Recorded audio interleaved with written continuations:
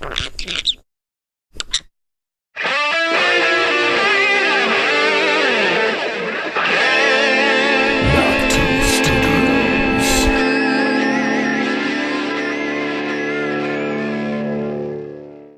for tuning in to Game of Microphones. If you'd like to help us keep the torch lit through the long night, you can add fuel to the fire by going to gameofmicrophones.com and clicking our Amazon link at the bottom of the page. It's the same low prices for you, and Game of Microphones gets a little finder's fee from Amazon for sending you their way. You can also become a patron of Game of Microphones at patreon.com/GOMpodcast or at paypal.me/GOMpodcast. And links to both of those are at gameofmicrophones.com. Enjoy the show. If you want justice, you've come to the wrong place. I disagree.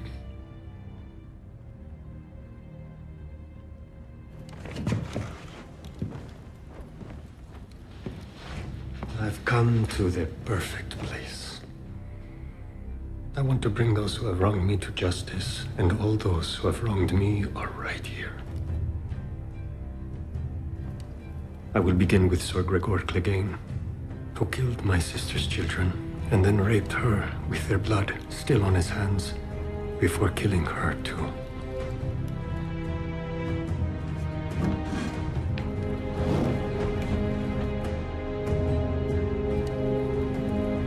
I will be your champion.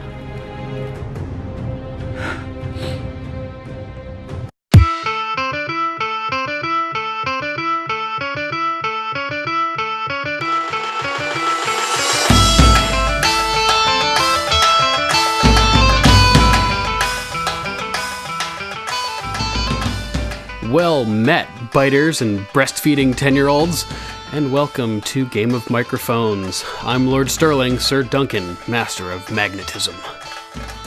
And I'm Lady Rachel of House Fox, Queen of the Sniffles, and owner of my own N95 respirator mask. And this is episode 79. What's up with that respirator mask, Lady Rachel?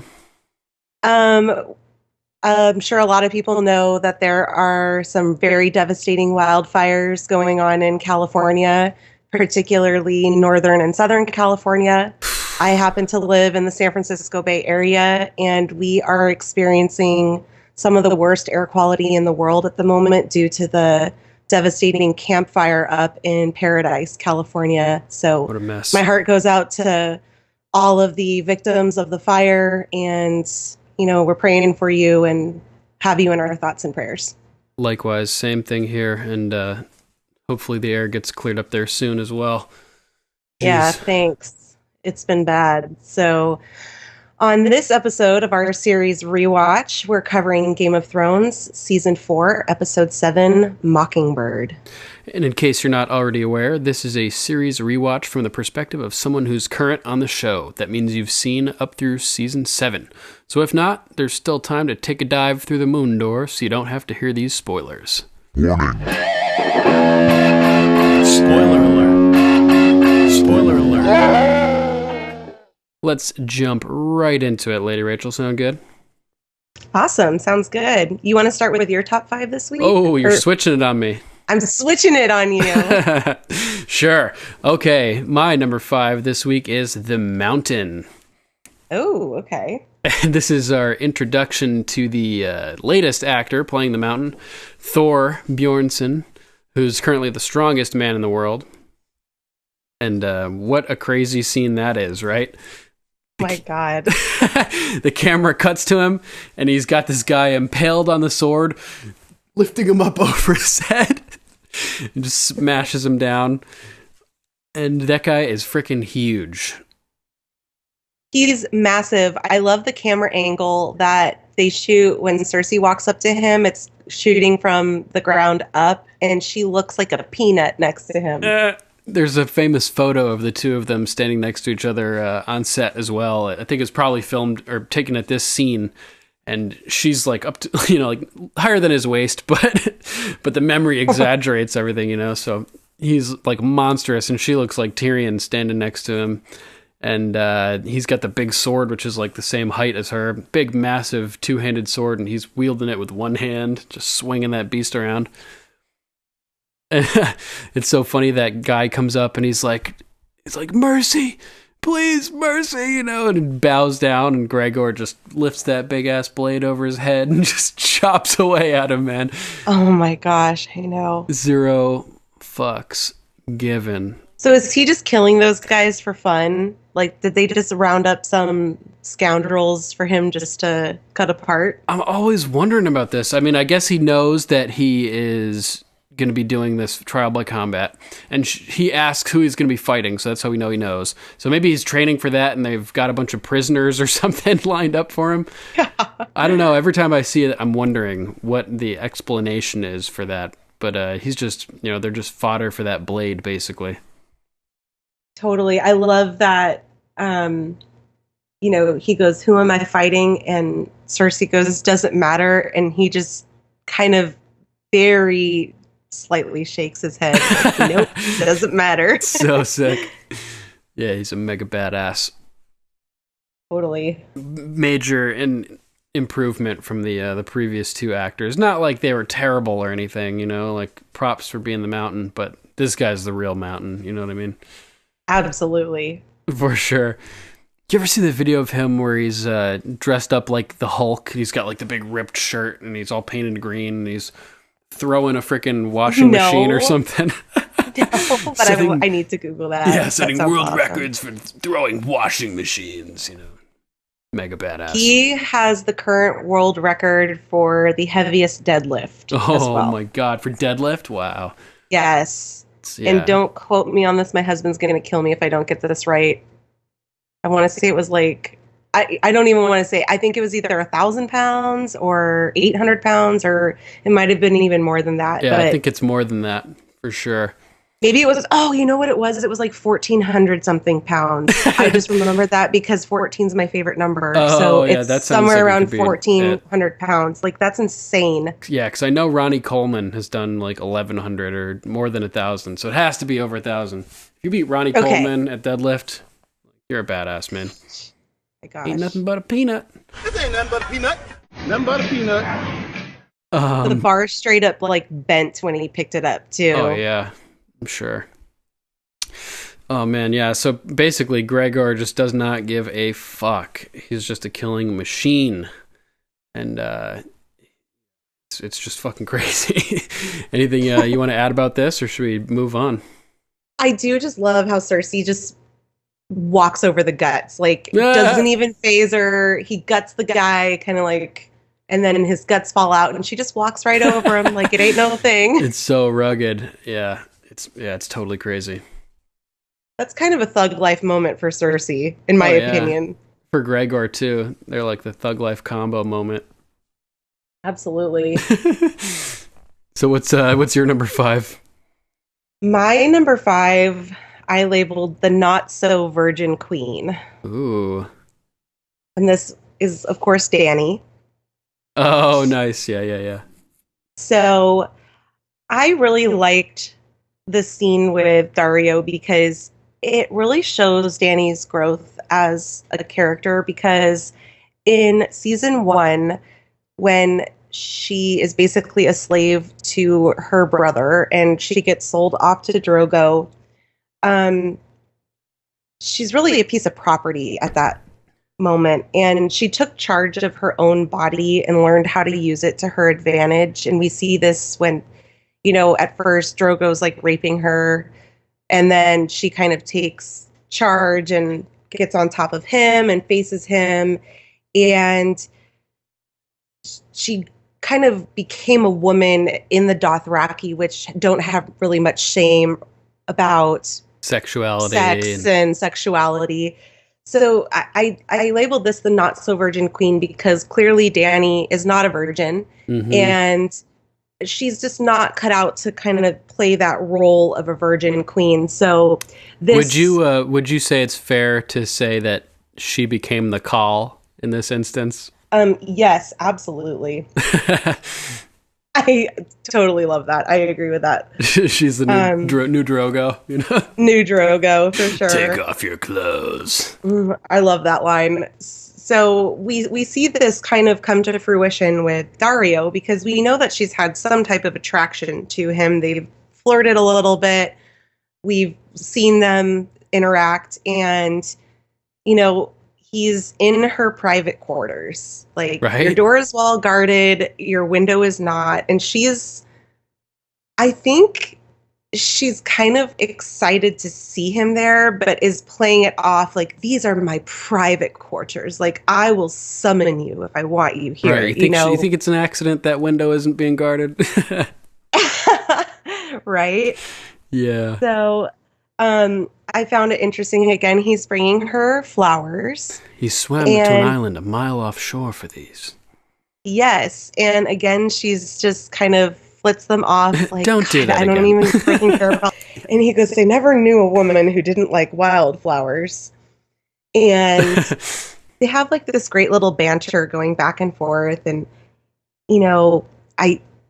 I live to serve you, my queen. I'm good at two things. I'm good at war and I'm good with women. And this little flirtation just kind of keeps going. And, she's Love like, it. but you have thousands of women to pursue. And he's like, yeah, none of them are you, girl. No, like, you're it for me. There's only one, and she does not want me. And I love how he says, my sword is yours until the day I die. I thought that was a fun line. I'm just wondering what sword he's talking about. Yeah, exactly. That's what I was thinking. She's like, my sheath is yours. Oh my god. Let me do what I do best. And she goes, do what you do best. Take off your clothes. And he's like, boom, Dario's fine ass, like, right in the screen. Yeah, and I love that too she, many like, Dario butt cheeks too close to the screen. She straight up, like, looks at his package, too. Like, she, like, looks at his face and, like, her eyes, like, slowly glare down and then just, like, stop. And she's like, I like what I see. That's a nice sword. Hilarious. So funny. So, continuing with kind of her scenes in this episode, the next time we see her, we see Dario leaving and Jorah coming in to see her. Ooh. And sucks to be Jorah. Yeah, clearly this upsets Jorah. He knows immediately, too. Like, he knows immediately. Oh, yeah. It must be very early. Yeah, and Dario rubs it in. She's in a good mood, Jorah's just like, what in the actual heck is going on here? Yep. So I kind of labeled this particular part of the episode, the lesson in ruling, because again, she's talking about executing everybody, just kill everybody. And again, it's kind of echoed that this is all the slaves have ever known is brutality. Like, let's sit here and think about it. She's like, let the priests worry about good and evil. Slavery is real. And, Jorah is kind of talking her down off the ledge again. Her first instinct is to just kill everybody. That is her enemy. Jorah's really good for her. Like the way he tempers her, Absolutely. So, they talk about Zon. I can never remember his name. Hizdar. Hizdar Zolorak. Yes. So they start. She goes, "Who's that guy that came into the pyramid to ask to bury his father?" And Jorah reminds her, and she goes, he can be my ambassador. Basically, go back to Yunkai and tell every master what's happened in Bareen. Mm-hmm. That they can live in my new world or they can die in my old one. And I kind of loved that sentiment. This is her taking Jorah's advice, but not backing down on her stance. Mm-hmm. She has a platform. She has a reason. She has her own way of doing things, but she is showing in this moment that she's listening to her counsel.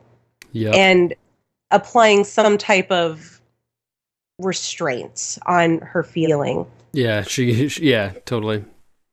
And, I love it. I think she knows that they probably ran into each other in the hallway because she's like, "You're here early," and he's like, "Yeah." She's like, "Fuck."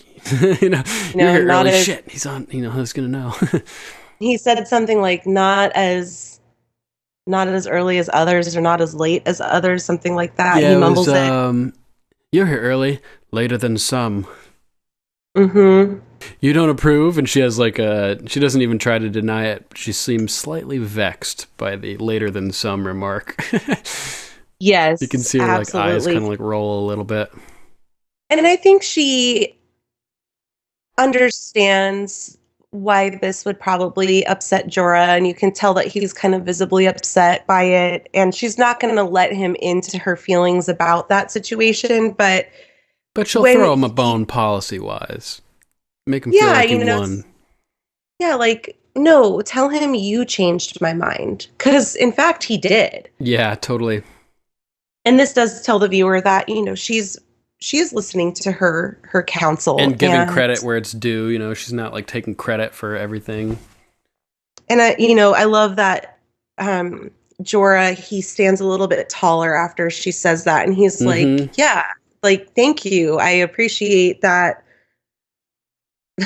bone to go kind of rub back in Dario's face in a way.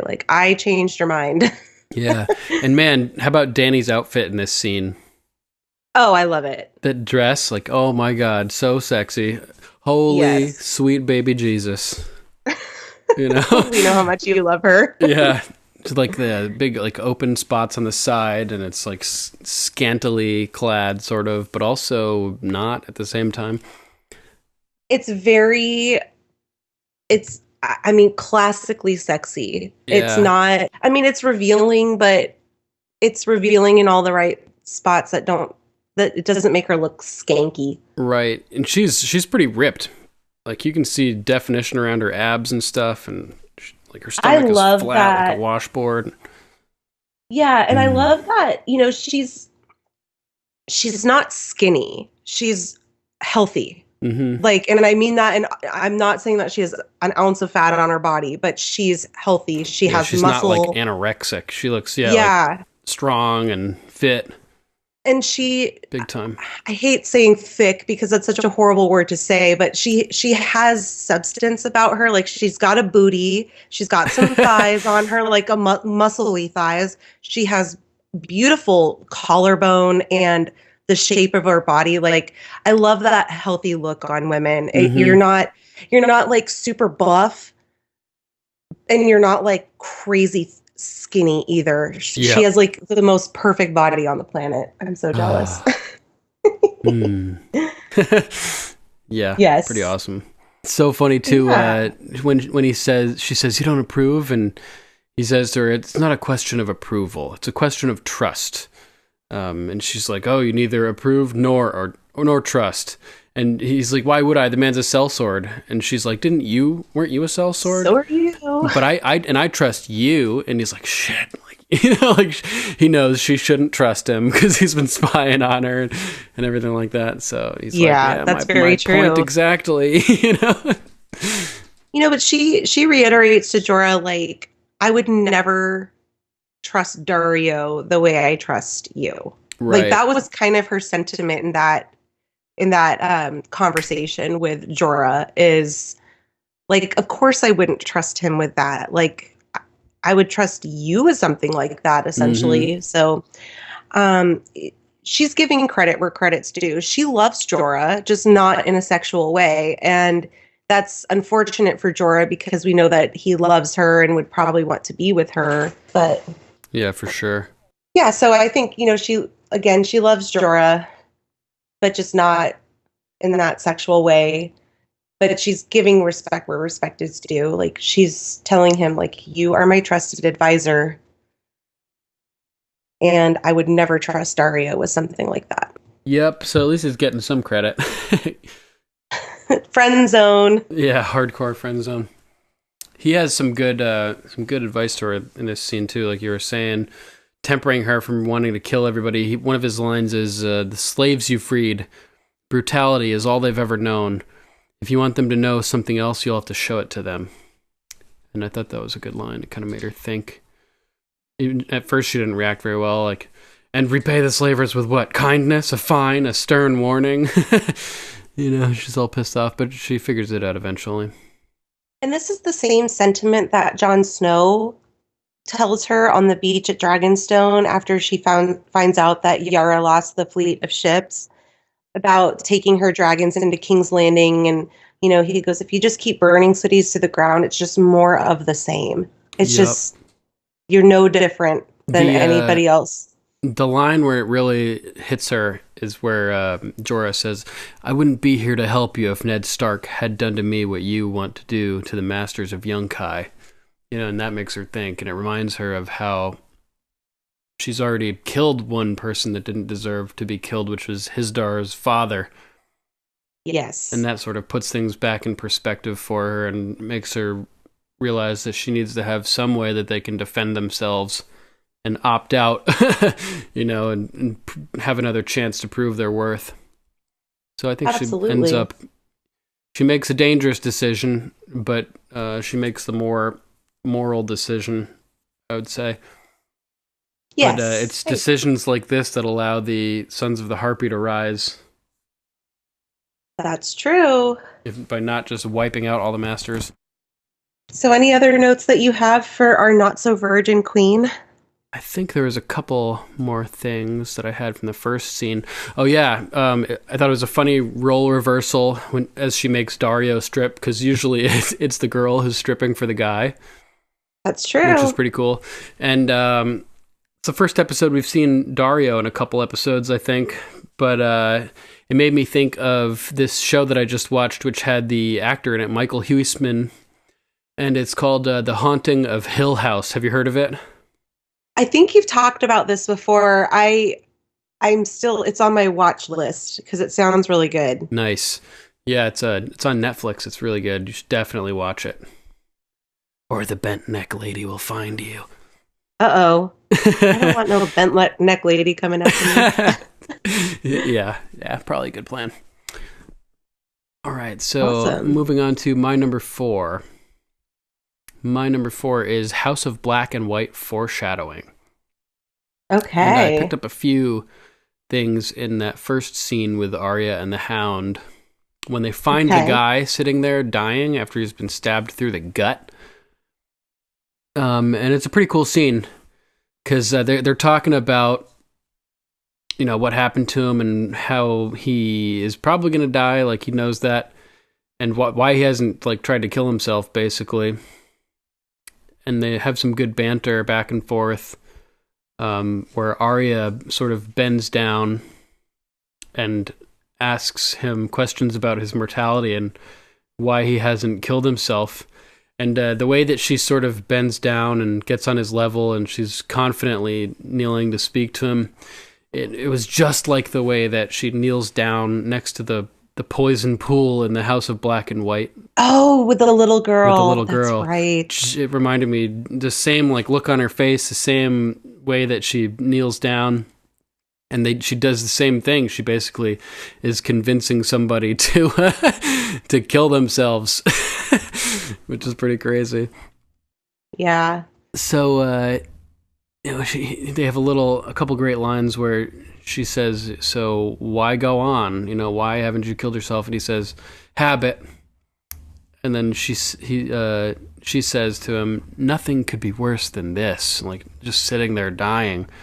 And he replies, maybe nothing is worse than this, death and nothing. And she has another response, nothing isn't better or worse than anything. Nothing is just nothing. The guy is his head cocks and he looks at her. He's like, who are you? And even that line, who are you? It's something that's repeatedly asked to her at the House of Black and White. And she's trained to say no one. But here she's Arya and she says that openly.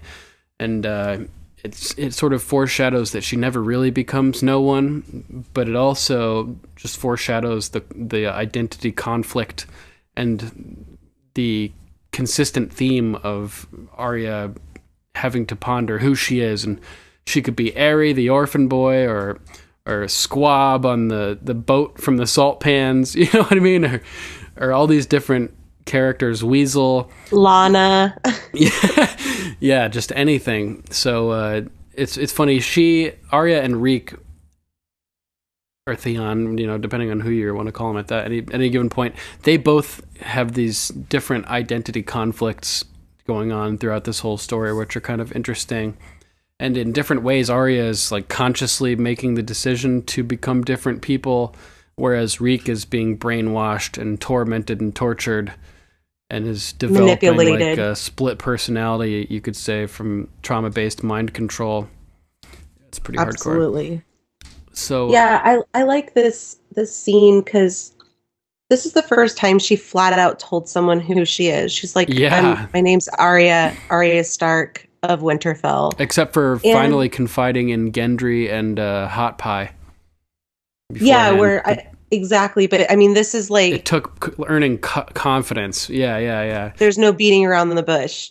This is like immediate. Yeah. There wasn't any lies up front. It's like, I'm Arya Stark from Winterfell. And the Hound is straight up like, I'm her captor. Yeah, so the fact that they're telling this guy the truth, I found a little bit of, symbolism in this, because after the Hound kills him, he goes, that's where the heart is. And being that Arya was from kind of an honorable family, and they told the truth, and they were honorable, and it got a lot of her family killed, I thought that there was a lot of symbolism there, that's where the heart is in telling the truth and being honorable. And you can look at it as a positive, but also from Arya's perspective, that might be a negative because her family died for it. Yeah, true. That dying guy had some good lines too, like, can I have a drink? Dying is thirsty work. That was pretty funny. Time to go. Yep. Take matters into my own hands. Yeah. And I like how the Hound gives him, he says, I wish it were wine when it's water, and it's just like the Hound, the Hound is always like, fuck water, bring me wine, and stuff like that. So he's like, so do I, that's all he wants is some wine. And then just like takes the guy off guard and just stabs him right through the heart while he's distracted and happy for a second. So his last moment is kind of like, a moment of levity. And then the guy cocks his head upwards to look at the Hound, and they make eye contact, and the Hound nods like, you're welcome, Yeah. Doing what, I'm trying to help you here, brother. Doing you a favor. Yeah. So that's where the heart is. That's how you kill a man. Ah! This biter jumps out of nowhere. I know. How do you sneak up on the Hound, man? The first time I watched that, I jumped so fast. Like, I was so not expecting that. Yeah, totally. So about the details about Biter? From the books. I don't know how much they really get into in the show, or if you can see it or not. Like his crazy teeth. Yeah, they're like filed down to points. Yeah, and so I remember that in the books. Nice, yeah. Biter and Rorge are two of the prisoners that were with Jaqen and Hagar, as Yoren is taking the inductees north to be part of the the Black Brotherhood, basically. So Arya mentions that, but I thought it was funny timing. Right after saying that's how you kill a man, Biter bites him, and that sort of ends up being the Hound's downfall. It sort of basically kills the Hound. This bite gets infected and weakens him and makes him susceptible to Brienne's overpowering of him in their fight. Because I don't think Brienne would have necessarily won if the Hound wasn't weakened from being bitten and feverish as a result of this bite. Interesting. Okay. I know that they go into that a little bit more in the books, like that he was kind of sick from it. Right. I'm not sure we really get that much of it from the show, other than, it irritates him. Mm-hmm. And, so I agree with you, just knowing what I know from the books, that maybe Brienne would have not been able to win that battle if he was at his full strength. Yeah, because he's the Hound, I mean, she's Brienne and everything, but he's the Hound. He has to be able to fight the Mountain. And, yes.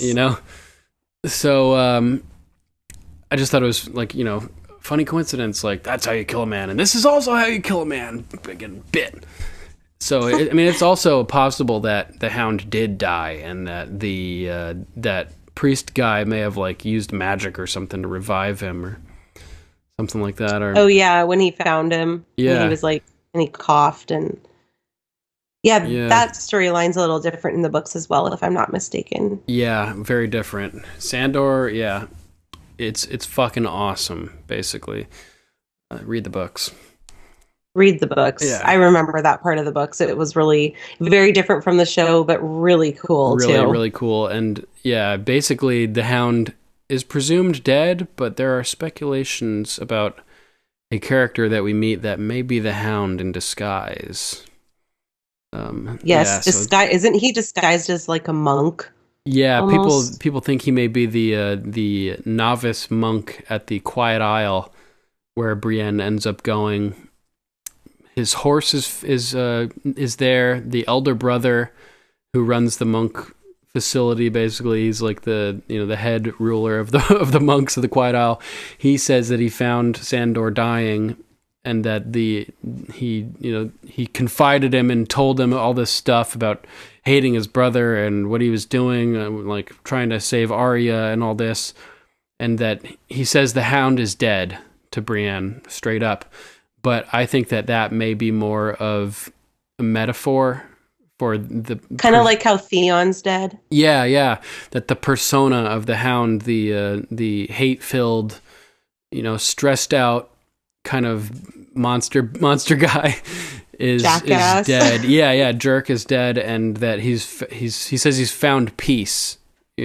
So maybe that means that Sandor is still alive, and he's like, through meditation or something, found a way to release his burden, which doesn't necessarily bode well for a Clegane Bull coming up, but there's maybe something will happen that'll knock him out of his trance, his happiness, and bring out the old Hound again. Kind of the way that it happens in this show, he sort of finds peace. Yeah, I was just going to say that. Yeah, he finds peace sort of with the chopping wood with his homies and his little cult that he's hanging out with, and then they all get killed, and it sort of snaps him back into it after he's all healed up and ready to go again. So we could see something similar happen in the books. Very true. Yeah, there's also theories about who the elder brother could be, because he apparently died at the Trident, and or nearly died, but washed ashore and ended up surviving. So he has a shaved head and everything. People think maybe it's Rhaegar Targaryen or something like that.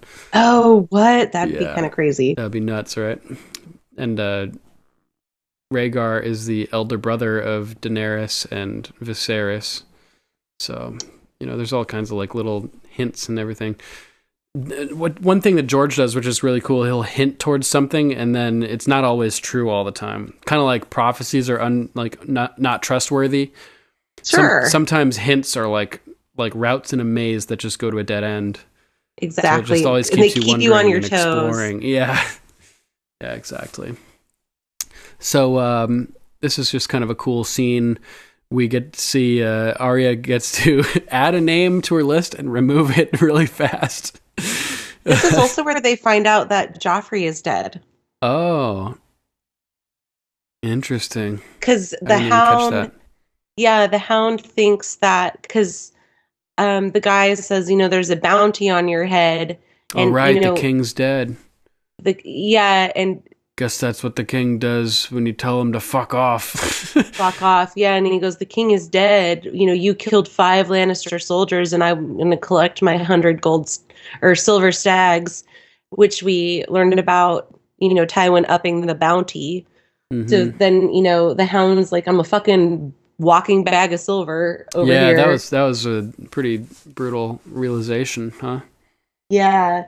So Arya's face when she finds out that Joffrey is dead was kind of like a kid in a candy store. She's like, all right. And then she's like, damn it, he's on my list. I wanted to do it. Fuck. Yeah. So funny. So they're talking to Rorge, but they don't know what his name is. Arya's just like, you guys are those prisoners that were with us.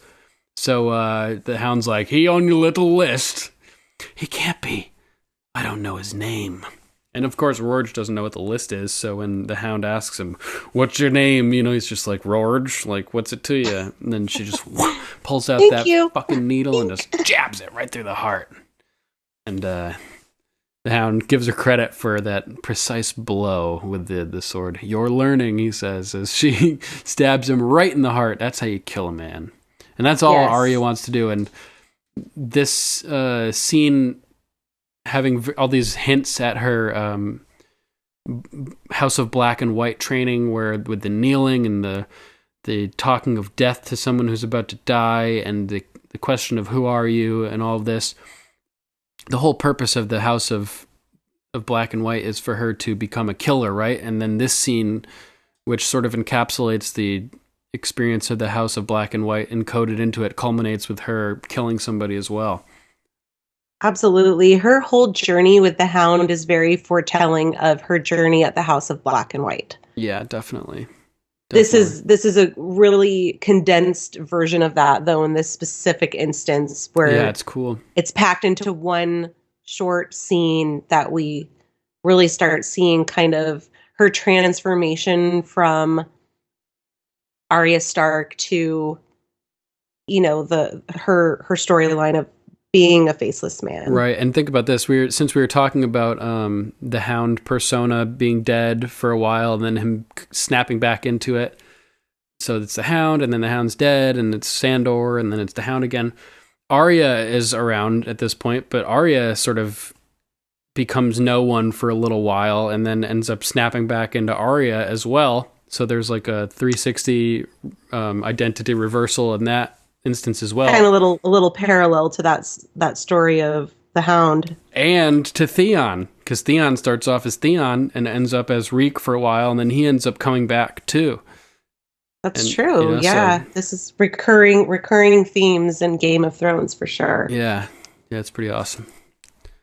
Anything else you want to mention about this scene or the Arya stuff?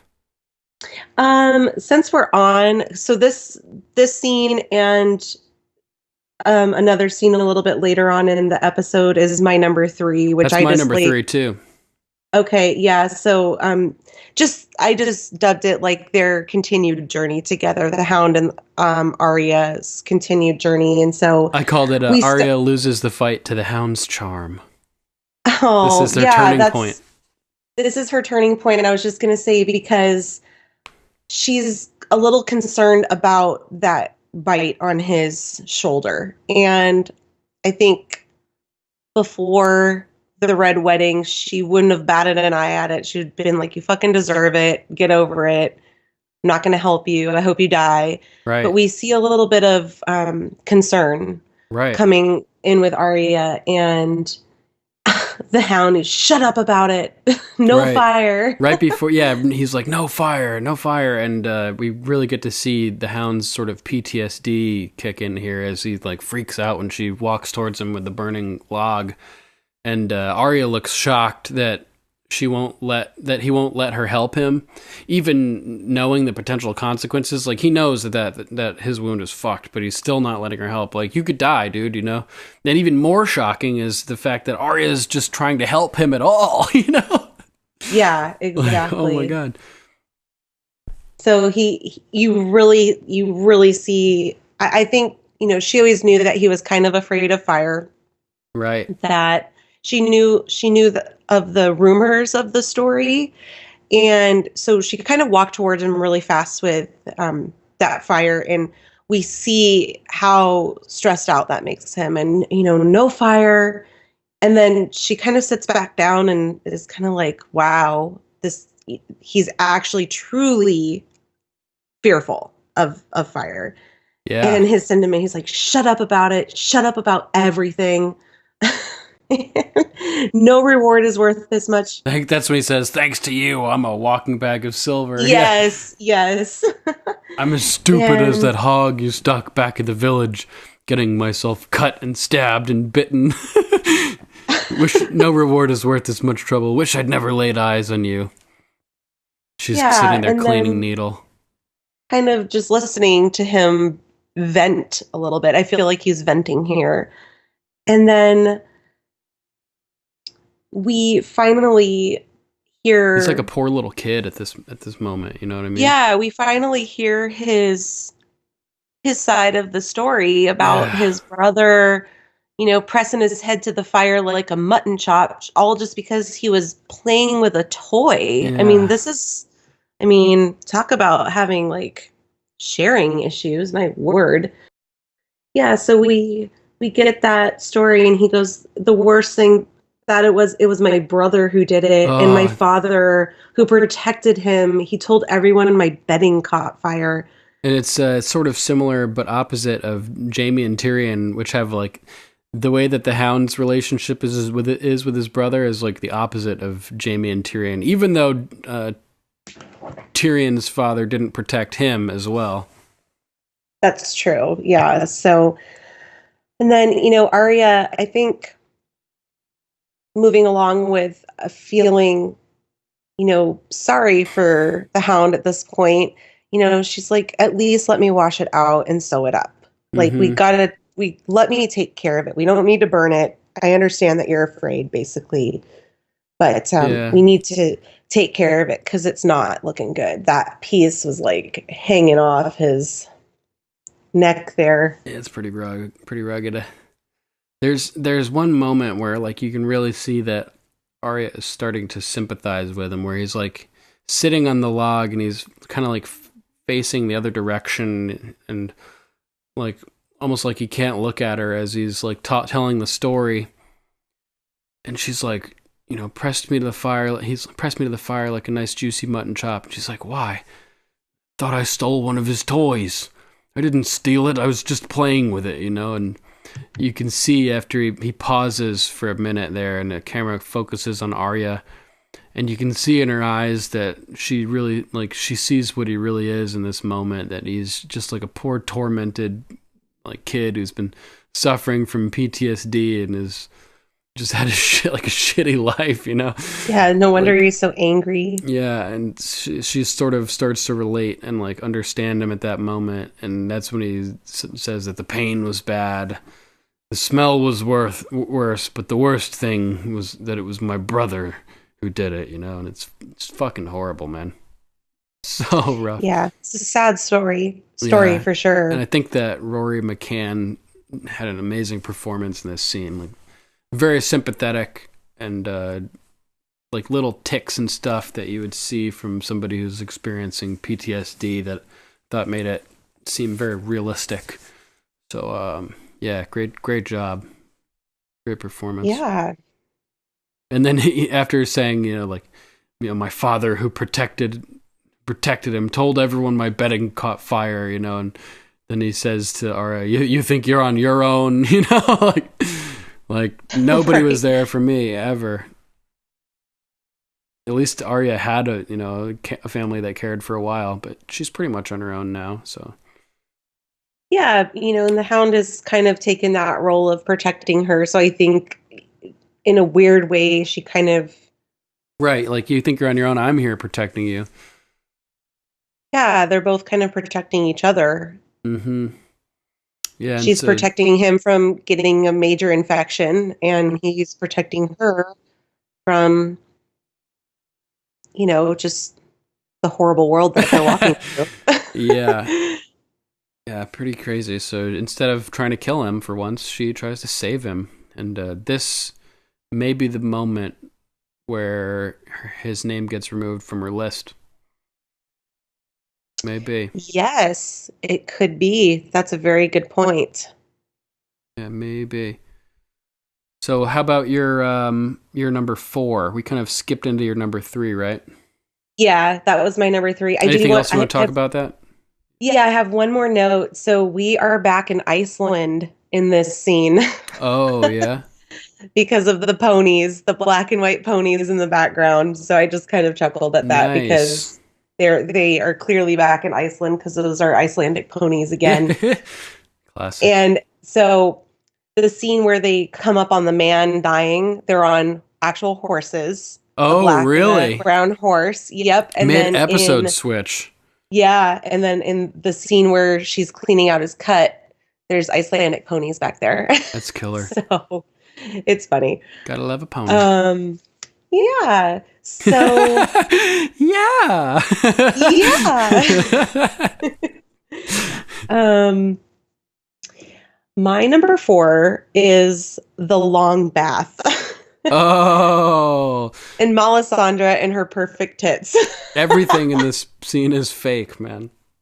I mean, her tits are real, I think, like the actress. But aside from that, if you're in show context, everything's fake.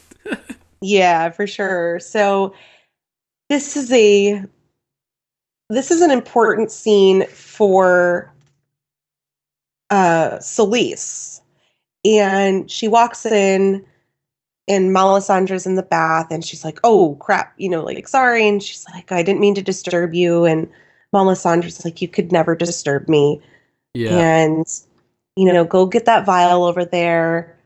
Not that one. Don't touch that one. You don't even want to touch that one. Which I thought was great. That was crazy. You don't even want to touch that one. Don't even touch that one. Hilarious. And so Selyse is kind of nervous and, glancing over at this beautiful woman in the bathtub and knowing that Stannis and her have, gotten together. And,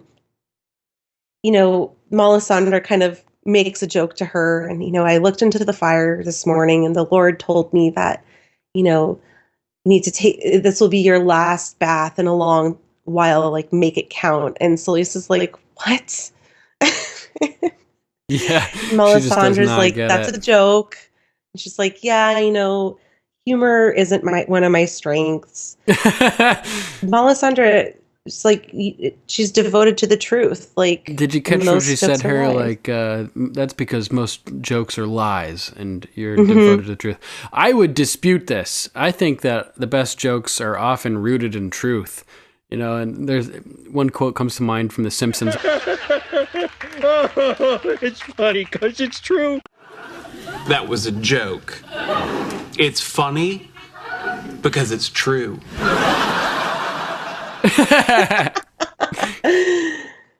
Yeah, so, she's giving Selyse kind of some credit here because she's like, you're very devoted and I'm not a very good joke teller and it's okay. And she, she starts going into deception.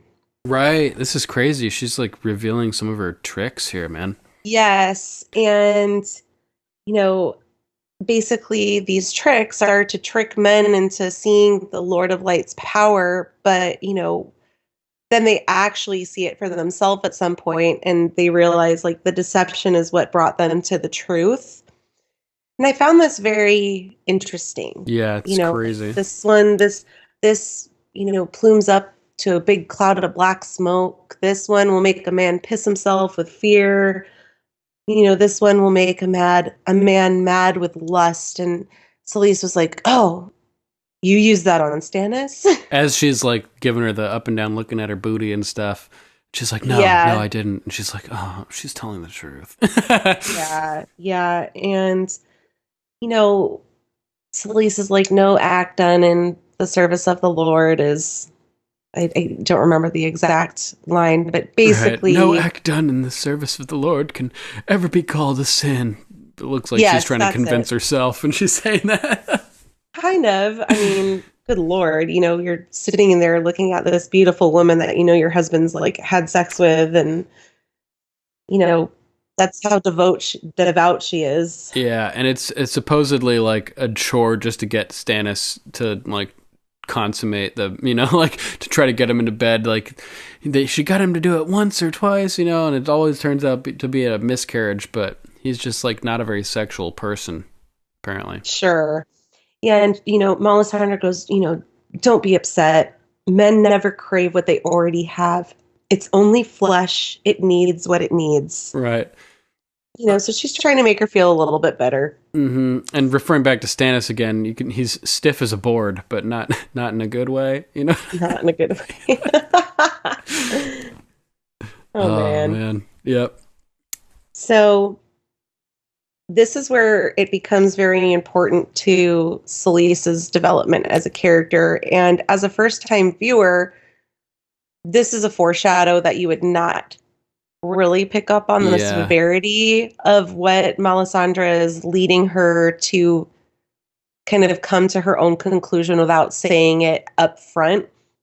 Yeah. So questions. This gives me questions. Sorry, go ahead. Yeah, it gives me questions too. So Selyse is telling Melisandre that she thinks that Shireen should stay home because she's basically a pain in the ass. Yeah, and she has heretical tendencies. And Melisandre doesn't disagree with that. She's like, yeah, that's true. And,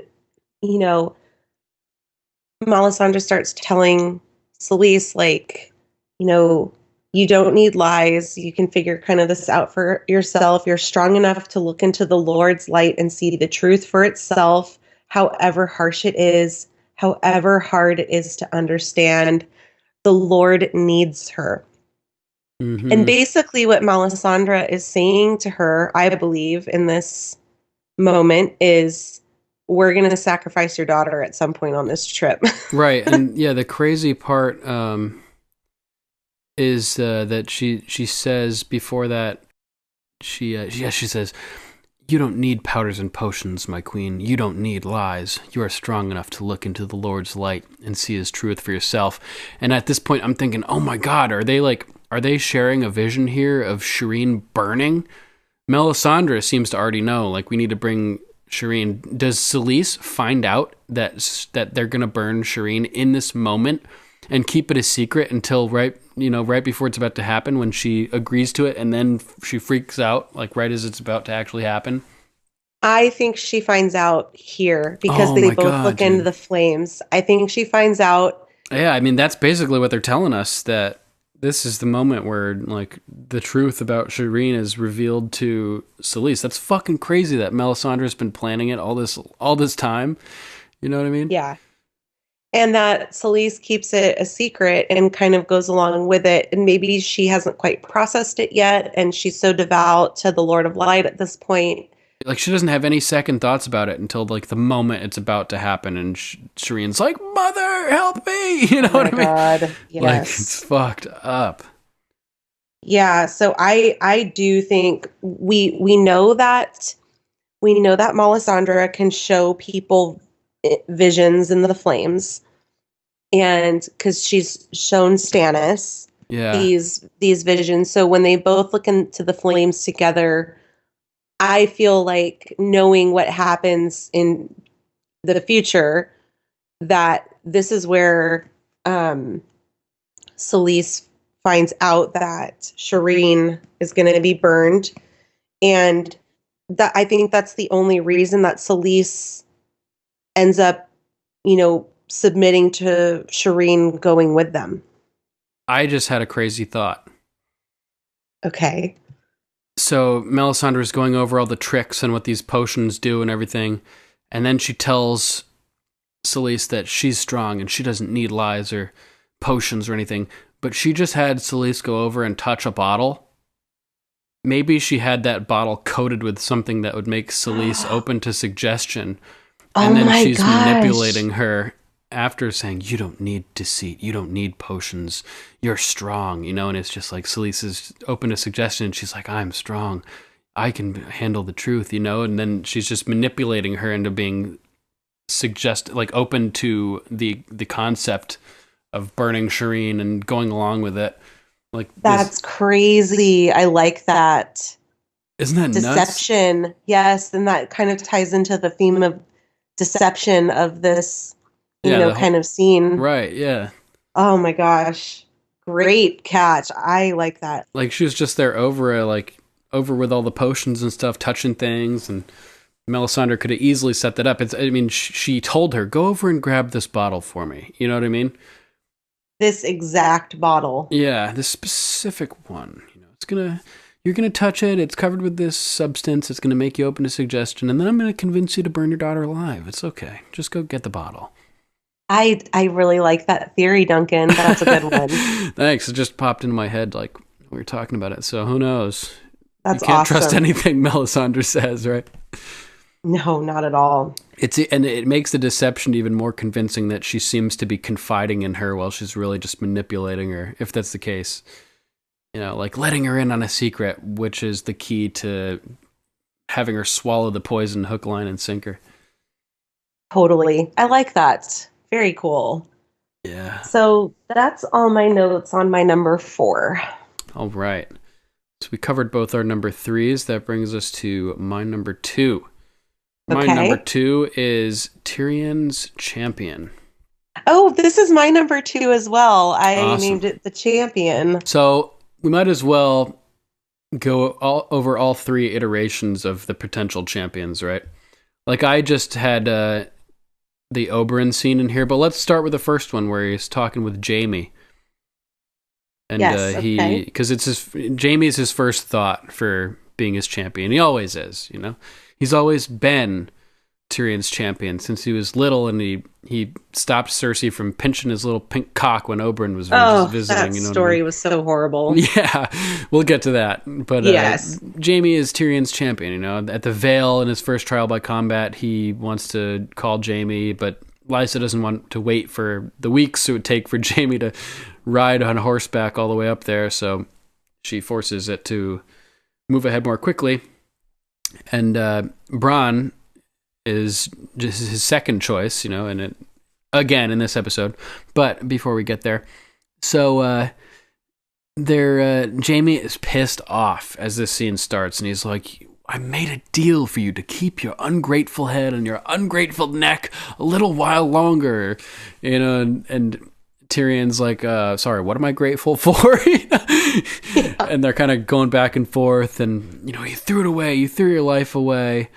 Like, he's like, I couldn't listen to her standing there telling her lies, I couldn't do it. He's like, you fell in love with a whore.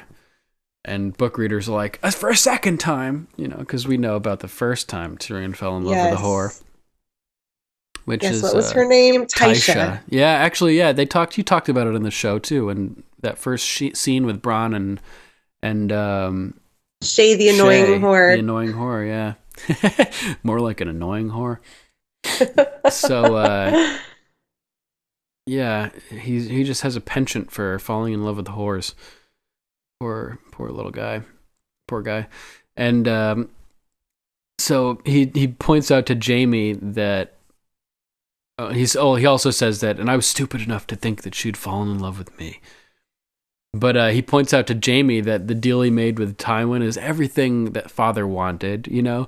You do see that. He gets you back as his heir, the future Lord of the Rock. I like that, Lord of the Rock. That's pretty cool.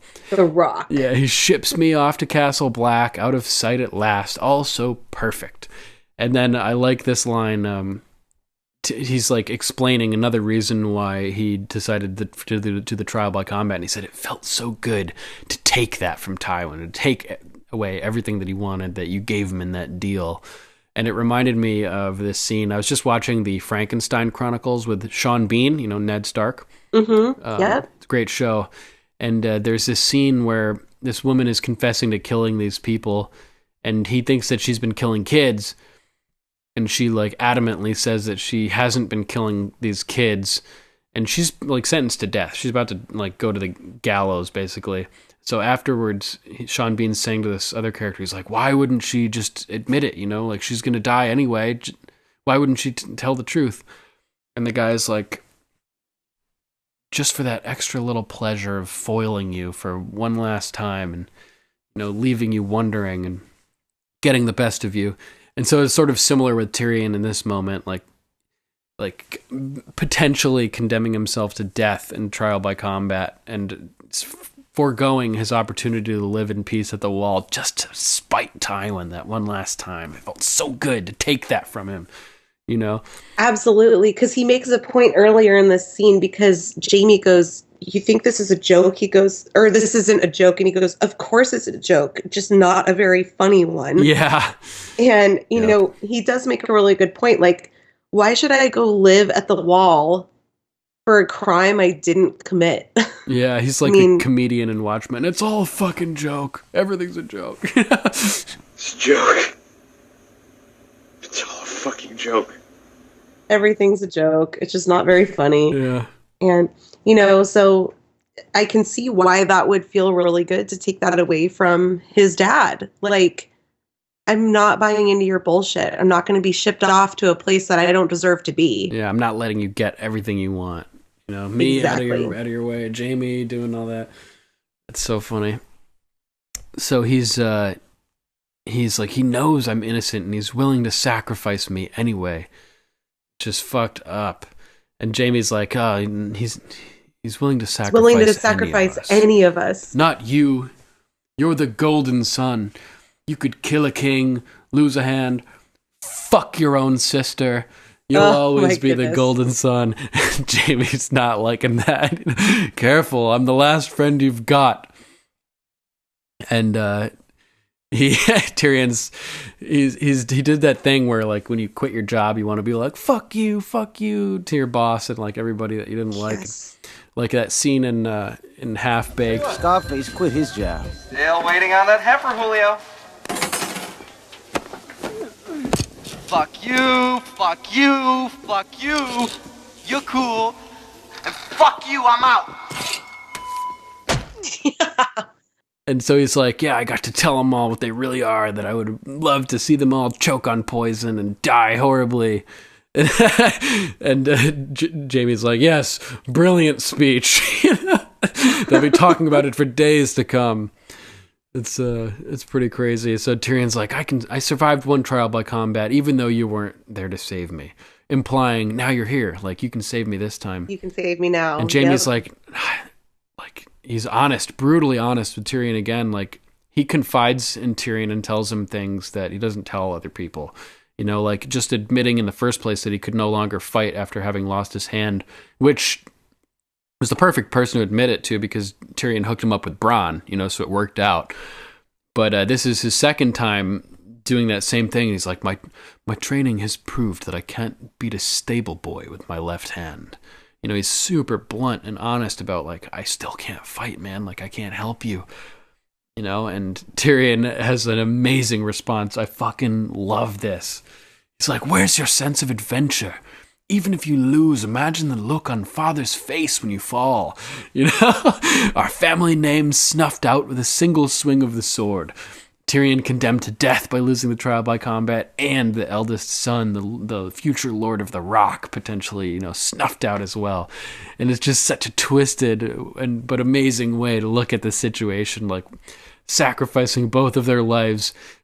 And I love Jamie. He's like, it is tempting. Yeah. Jamie's like, it is tempting. Yeah, and right before he says that, they have right after he says that, they have this moment where they're looking at each other in the eyes and just like imagining going out together on a suicide mission and like the glory of it and the joy of spiting their father. And it's just a great moment between the two of them. And it's the total opposite connection of the Hound and Gregor, his brother, where they just hate each other and are mortal enemies. And then here it's the opposite. Tyrion and Bronn or Tyrion and Jamie are talking about like dying together and Going out in a blaze of glory. Yeah, it's like the end of Butch Cassidy and the Sundance Kid, where they just run out into the gunfire and bah, bah, bah, bah, bah, bah, bah.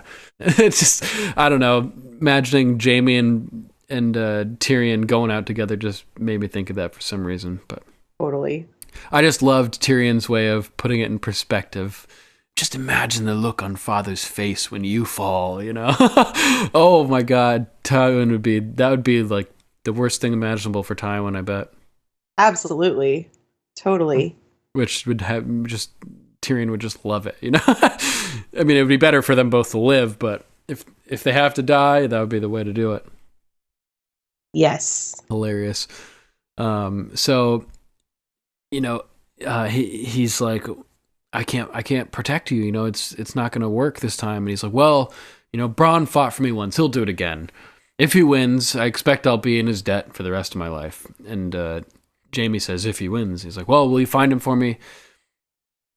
But who does Cersei plan on naming as a champion? I hope it's Sir Meryn Trant. I'd enjoy watching Bronn disembowel that pompous child beater, referring to that Sansa scene.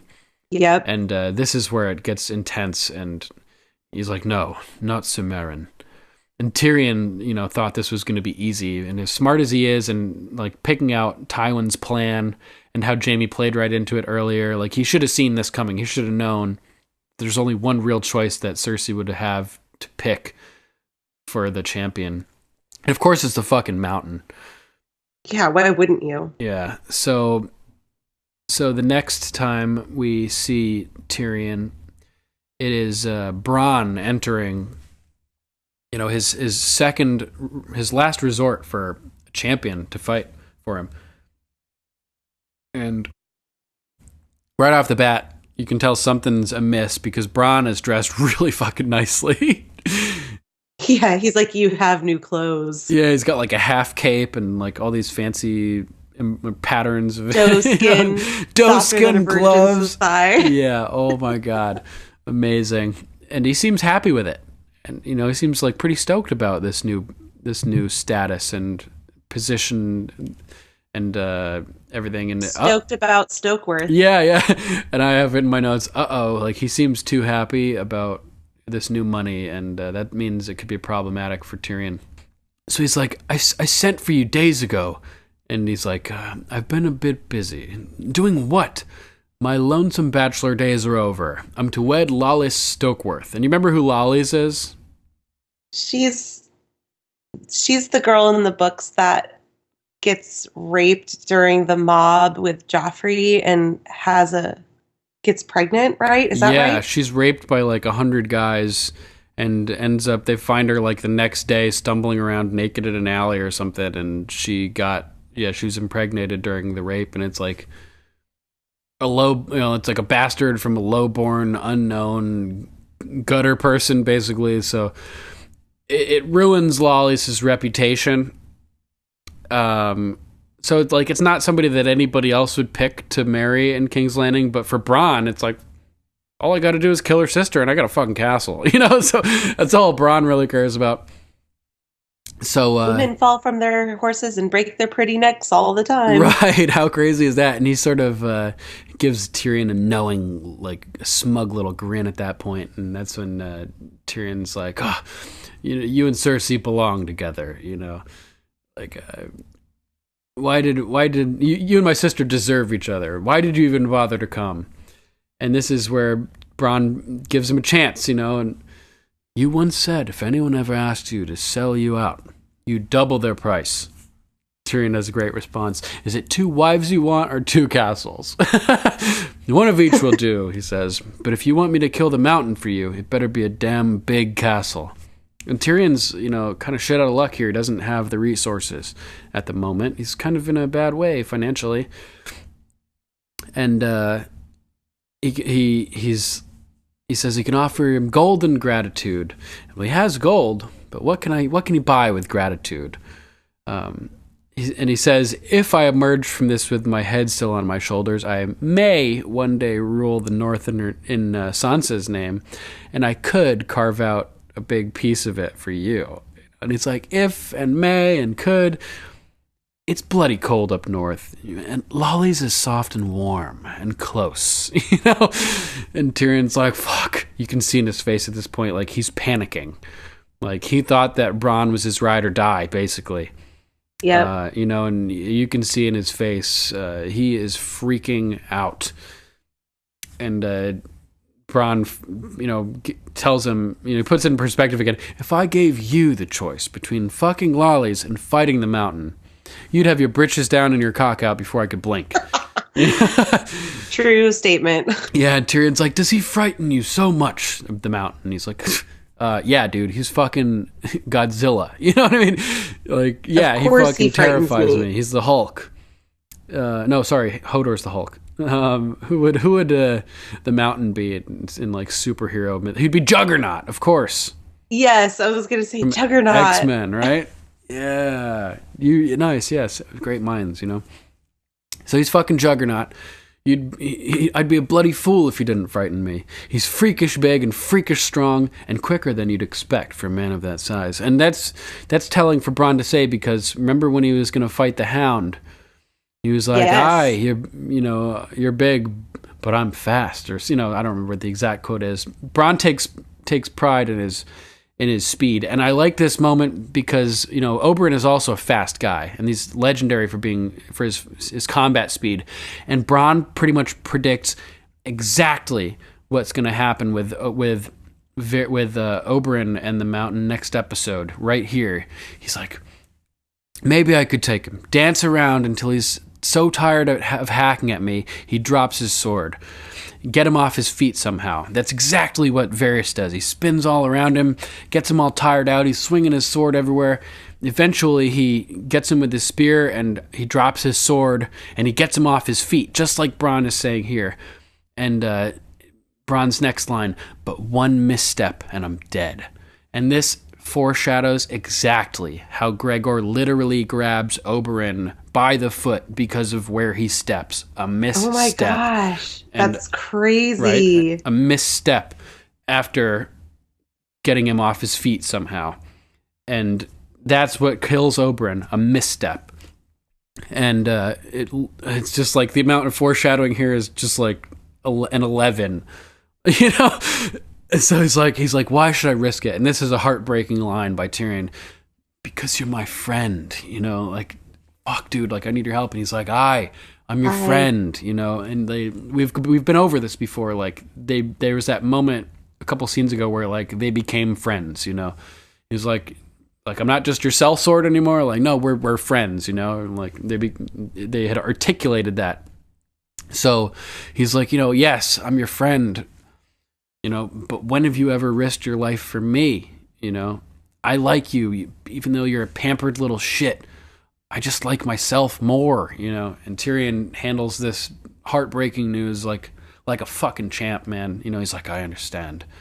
And Bronn's like, I'm sorry, it has to be this way. And he's like, why are you sorry? Because you're an evil bastard with no conscience and no heart. That's what I liked about you in the first place, which is so true. Yeah, and that had to make Bronn at least feel a little bit better because it's so fucking true, and they both know that they love each other. It's understandable that the Mountain is so fucking huge and badass, and Bronn has so much shit going on for him right now. He has a lot more to lose than he ever has beforehand. You know what I mean? Sure. It's one thing to kill that knight up at the Vale. Yeah, he had a lot more to gain in that circumstance. Crazy armor, and it was like you just said, in his best interest to do that at that time. And going up against the Mountain is really, it's suicide. Yeah, and Bronn knows that. Do you know what everybody says? It's suicide. You've seen him. You know how strong he is. You can't win. It's suicide. You can't win.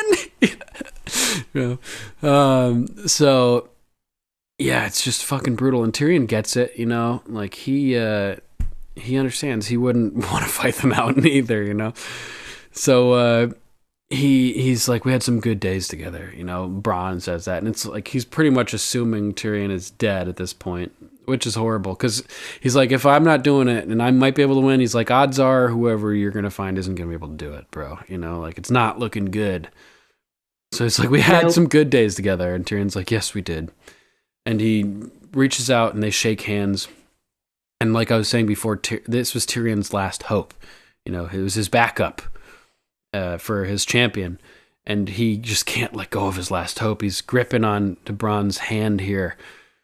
And Bronn is like, it's hard for both of them. You can tell Bronn like reaches down and taps his wrist and like, kind of like, if he's just like, after a few seconds, he's like, I gotta go, like you can see he like cuts it short and he won't look at him. He's like, he's feeling sad as well in this moment. You know what I mean?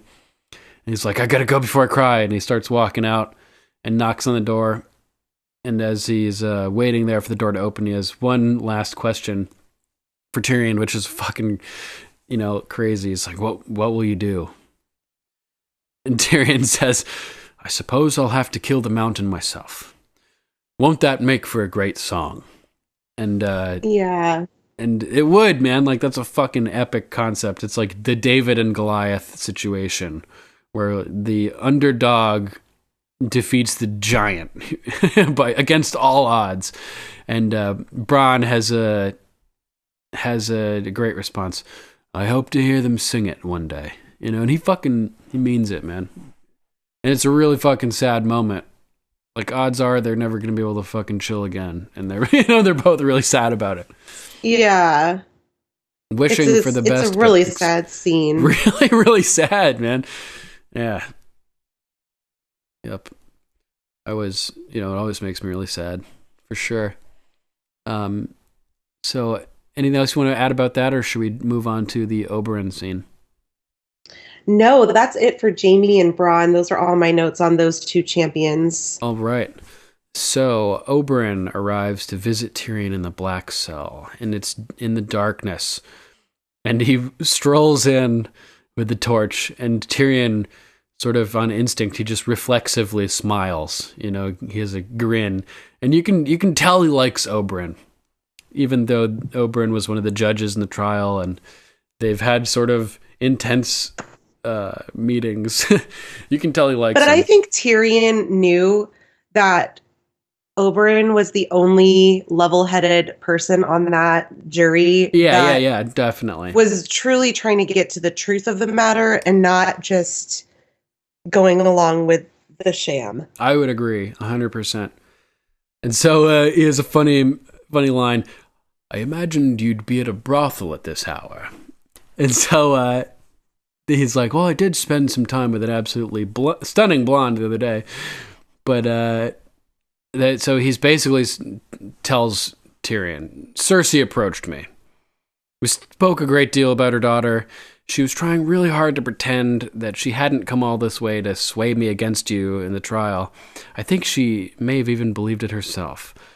And he has a great line. Making honest feelings do dishonest work is one of her many gifts. And by that, he means manipulating people with emotion to go along with her deceptions and her intentions. So yeah, it's pretty crazy. So he hates the Lannisters. He's harbored the most giant grudge for 20 years or whatever since the incident with Elia. So it's rare to meet a Lannister who shares my enthusiasm for dead Lannisters, he says, which is funny. That's such an awesome line. She desperately wants to see you killed. And so Tyrion's like, well, she didn't need to bother you for that. It looks like I've already basically taken care of that myself. You know, I'm going to be fighting the Mountain, it looks like. So he says, the joy she will feel when my head leaves my neck. She's wanted this for a long time. And Oberyn responds, yes, I know. And Tyrion has a look on his face like, what? How the fuck do you know that? How do you know? Yeah. And it alludes to the story he's about to tell about how they met many years ago. And Tyrion thinks he would have remembered that, but it's unlikely because he had just been born. You know, so he's not really remembering anything from that time. Oberyn's first time leaving Sunspear, really, he goes on a trip to Casterly Rock. His first time away from Dorne, and he didn't like anything about it. Not the food, not the accents, nothing. Like, all the people were jerks. And the biggest disappointment, though, was you, Tyrion. You know, and like the whole way from Dorne, all anyone talked about was the monster that had been born to Tywin Lannister. A head twice the size of his body, a tail between his legs, claws, one red eye, the privates of both a girl and a boy. The one red eye thing may be referencing how Tyrion has two different colored eyes in the book. Although that's what I kind of caught on to when he said that, was that might have been a little coup to the book. That does Tyrion have a brown eye and a purple eye? I think it's right? a green eye and a black eye, but I'm not really sure. A green eye and a black eye. Okay. I'm not really sure. That's probably right. So he's like, when you know, and Tyrion is like, the whole time where he's talking about like head twice the size, a tail, claw, Tyrion's like kind of like his face is all like twisted up and he's just like insulted, you know, like it's, you know, it's not every day that someone who he's never met talks about hearing things about him like this. And she's like, and finally, you know, your sister, she promised she'd show you to us, and she brought us to you, and she unveiled the freak. And up until the next little paragraph, Tyrion has seemed very hurt by this monologue, and he's like on the brink of like he has tears in his eyes. Yeah. So this is the moment where the truth starts coming out, and we learn more and more about Oberyn, and we know that he's a man of logic and a man of common sense based on the way he's, described things, like his interpretation of love and the way that he feels about things. Everything that he does is very logical, So he's like, your head was a bit large after Cersei unveiled the freak. Your head was a bit large. Your arms and legs were a bit small, but no claw. No red eye, no tail between your legs. Just a tiny pink cock. And this is very symbolic, of Tyrion. Everybody always thinks he's a monster, but he's just this, just this guy, like just this good guy with a good head on his shoulders. And the public is convinced he's evil from his time, from him being the hand of the king when he saved them. There's always like a false way that people see Tyrion, and other people as well. Like, it's not necessarily one of the things we learn from the Hound and Sansa and Tyrion also is that monsters don't necessarily look like monsters. You know what I mean? Sure, of course. She thought that the Hound was a monster. She thought Tyrion was a monster, but then it's Ramsay who's the monster, and it's the people that she thought were monsters were people trying to protect her and save her.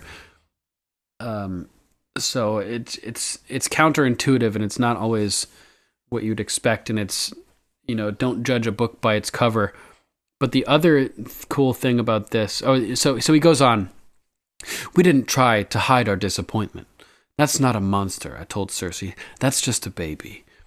And this is what I love how he says that too. He goes, that's not a monster. Yeah, that's just a baby. That's just a baby. Like, what are you talking about? Yeah, exactly. And this is sort of like an emperor's new clothes type moment. You know what I'm talking about? Where the emperor is telling his subjects, look at my grand new outfit, look at this baby, he's a hideous monster. Look at my outfit, it's fancy and amazing. And he's standing there and he's naked, right? But all the subjects are like, oh, I love your new outfit, it's amazing. And they're buying into it.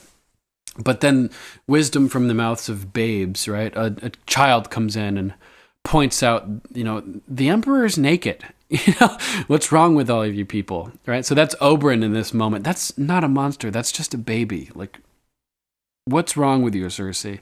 And this is an award-worthy performance from Peter Dinklage here, as Tyrion realizes that Oberyn was the only one, who saw him for who he really was, even through the propaganda and the lies. And his realization that comes across his face in this moment is amazing, as he starts to realize that Oberyn's on his side, and he wasn't just insulting him. He was just reciting the propaganda that everybody had been told, basically. So Cersei freaks out and says to Oberyn back when they were kids, he killed my mother. And she went on to pinch his little cock so hard that Oberyn thought she might pull it off, until Jaime made her stop. Like we mentioned before, Jaime sticking up for Tyrion even when he was a little baby and was defenseless. Always there to protect Tyrion when he can. Luckily for Tyrion, since the rest of his family hates him, I bet the Hound would have liked to have a protector like Jaime, an older brother that would have cared for him and not held his face to the burning embers and stuff, So Cersei showing what a psychopath she was even then. I mean, she's a little kid, she was hurt because her mother died giving birth. That's that adds a little bit of a layer of sympathy to this, but she's still showing sociopathic tendencies. Completely. It doesn't matter. She's angry because her mom died, but she takes it to an extreme, This is a new level. Yeah, it doesn't matter, she told us. Everyone says you will die soon. I hope they're right. he should not have lived this long. And like, she was a fucking monster even then, and she's gorgeous. So that goes to show you again that the monsters aren't always the ones that look like the monsters. Sometimes it's the beautiful ones that are the monsters, you know? The Black Widows. Yeah. Well, sooner or later, Cersei always gets what she wants, Tyrion says, and this is the moment where everything changes. And what about what I want? Oberyn replies. And the first time viewers are like, what? And Tyrion's even like, what? But this is about to be the most epic turnaround of the conversation like ever. Justice for my sister and her children. If you want justice, you've come to the wrong place. An epic line. And he says, I disagree. I've come to the perfect place. I want to bring those who have wronged me to justice, and all those who have wronged me are right here. I will begin with Sir Gregor Clegane. And at this moment, it hits Tyrion, like the realization of what Oberyn's talking about, and his mouth contorts reflexively with this realization, and it's an amazing performance by Peter Dinklage, as he doesn't need to say anything, but his face shows that he's realizing what's happening, and his mouth like tightens up a little bit, and smile and relief just wash over his face. Yep. And Oberyn goes on, I will begin with Sir Gregor Clegane, who killed my sister's children, and then raped her with their blood still on his hands before killing her too. And he has this, while he's giving this monologue, he's standing there, and the torch is like in a holder on this support beam, like this column behind him, and it's just shining behind his head, giving him like an aura of like a halo of light almost around his head. And it's just like really epic looking. And then he picks out the torch and holds it out in front of him. I will be your champion. It's just fucking amazing. So intense. So good. And that's when like the catharsis like really happens with Tyrion, and like he like breaks down, and it's just like in thankfulness and in amazement that somebody who barely even knows him, who happens to be like one of the greatest fighters in the Seven Kingdoms, is going to throw it down on the line for him. Like he has no reason to help Tyrion personally. Even somebody who's loyal to Tyrion, Bronn, wouldn't do it. But the Red Viper's going to do it, and like Tyrion is like overcome with emotion at this moment. Fucking beautiful. Yeah, like fucking beautiful. Peter Dinklage is such a great actor. He's amazing. I get choked up every time at this scene, every fucking time. I do too. It's like the look on his face. It's like surprise and relief and amazement and happiness, and it's still like there's a twinge of nervousness still in his face because he still has to fight the mountain. Right. Like he has a champion now, but at least like he doesn't have to fight the mountain, but now Oberyn has to fight the mountain. So it's like the look on his face is just all these different emotions. Amazing. Such great acting. And he's right to have a little bit of trepidation and nervousness still in there because, like we were saying, Oberyn doesn't have any reason to help Tyrion per se. He's doing it for a selfish reason, which is the sad part of this as well. Because when it comes down to it, and he has the mountain down on the ground, all he wants, he doesn't like saving Tyrion becomes secondary, and all he wants in that moment is a confession and to get what he wants out of the mountain. And he takes the moment away from being about saving Tyrion, and it becomes about his own mission, and that one misstep, that one angle that Bronn wouldn't have had. Bronn would have been focusing on, the fight, but Oberyn's distracted because it's personal, and so that one misstep results in Oberyn's death and the condemning of Tyrion to death as well. And what started as such a beautiful moment, seemingly like selfless act, ends up being squandered and sabotaged by ego and selfishness, and it's a major betrayal for Tyrion. Sadly. Absolutely. It really is. Yeah. All he had to do was just fucking kill him, or just not stand that close. But he just, like, it became about himself. And he just got too wrapped up in the emotion. Mm-hmm. And I mean, he was so close, like, yeah. But he wanted the confession more than he wanted the kill. Yeah. And we don't want to jump the gun on this. We'll talk more about that next week. But yes. But it's just so brutal, man. Like, there's so much potential, and it's all squandered by a misstep. So anything else you want to add about this this Oberyn scene? No, I think it's a great one, though. It's great acting on both their parts. I just love when he tells Tyrion that story of, like, they unveiled the freak, and yep. just, like, look down and it's like, that's not a monster. It's just a baby. Yeah. Like, you're just another. It was just another human being. Yeah. He's like, sure, like, your head was a little bit larger, your arms were a little bit smaller, but there was, like, nothing wrong with you at all. And I liked that sentiment to Tyrion after his outburst in the trial room about being on trial for being a dwarf. Mm-hmm. You know, Oberyn brought to light in this scene, like, you're a human being. Right. There's nothing wrong with you. You know, and I loved that closure on that kind of sentiment of being on trial for being a dwarf. I thought that was really nice closure in the series. I agree. I hadn't thought about it like that.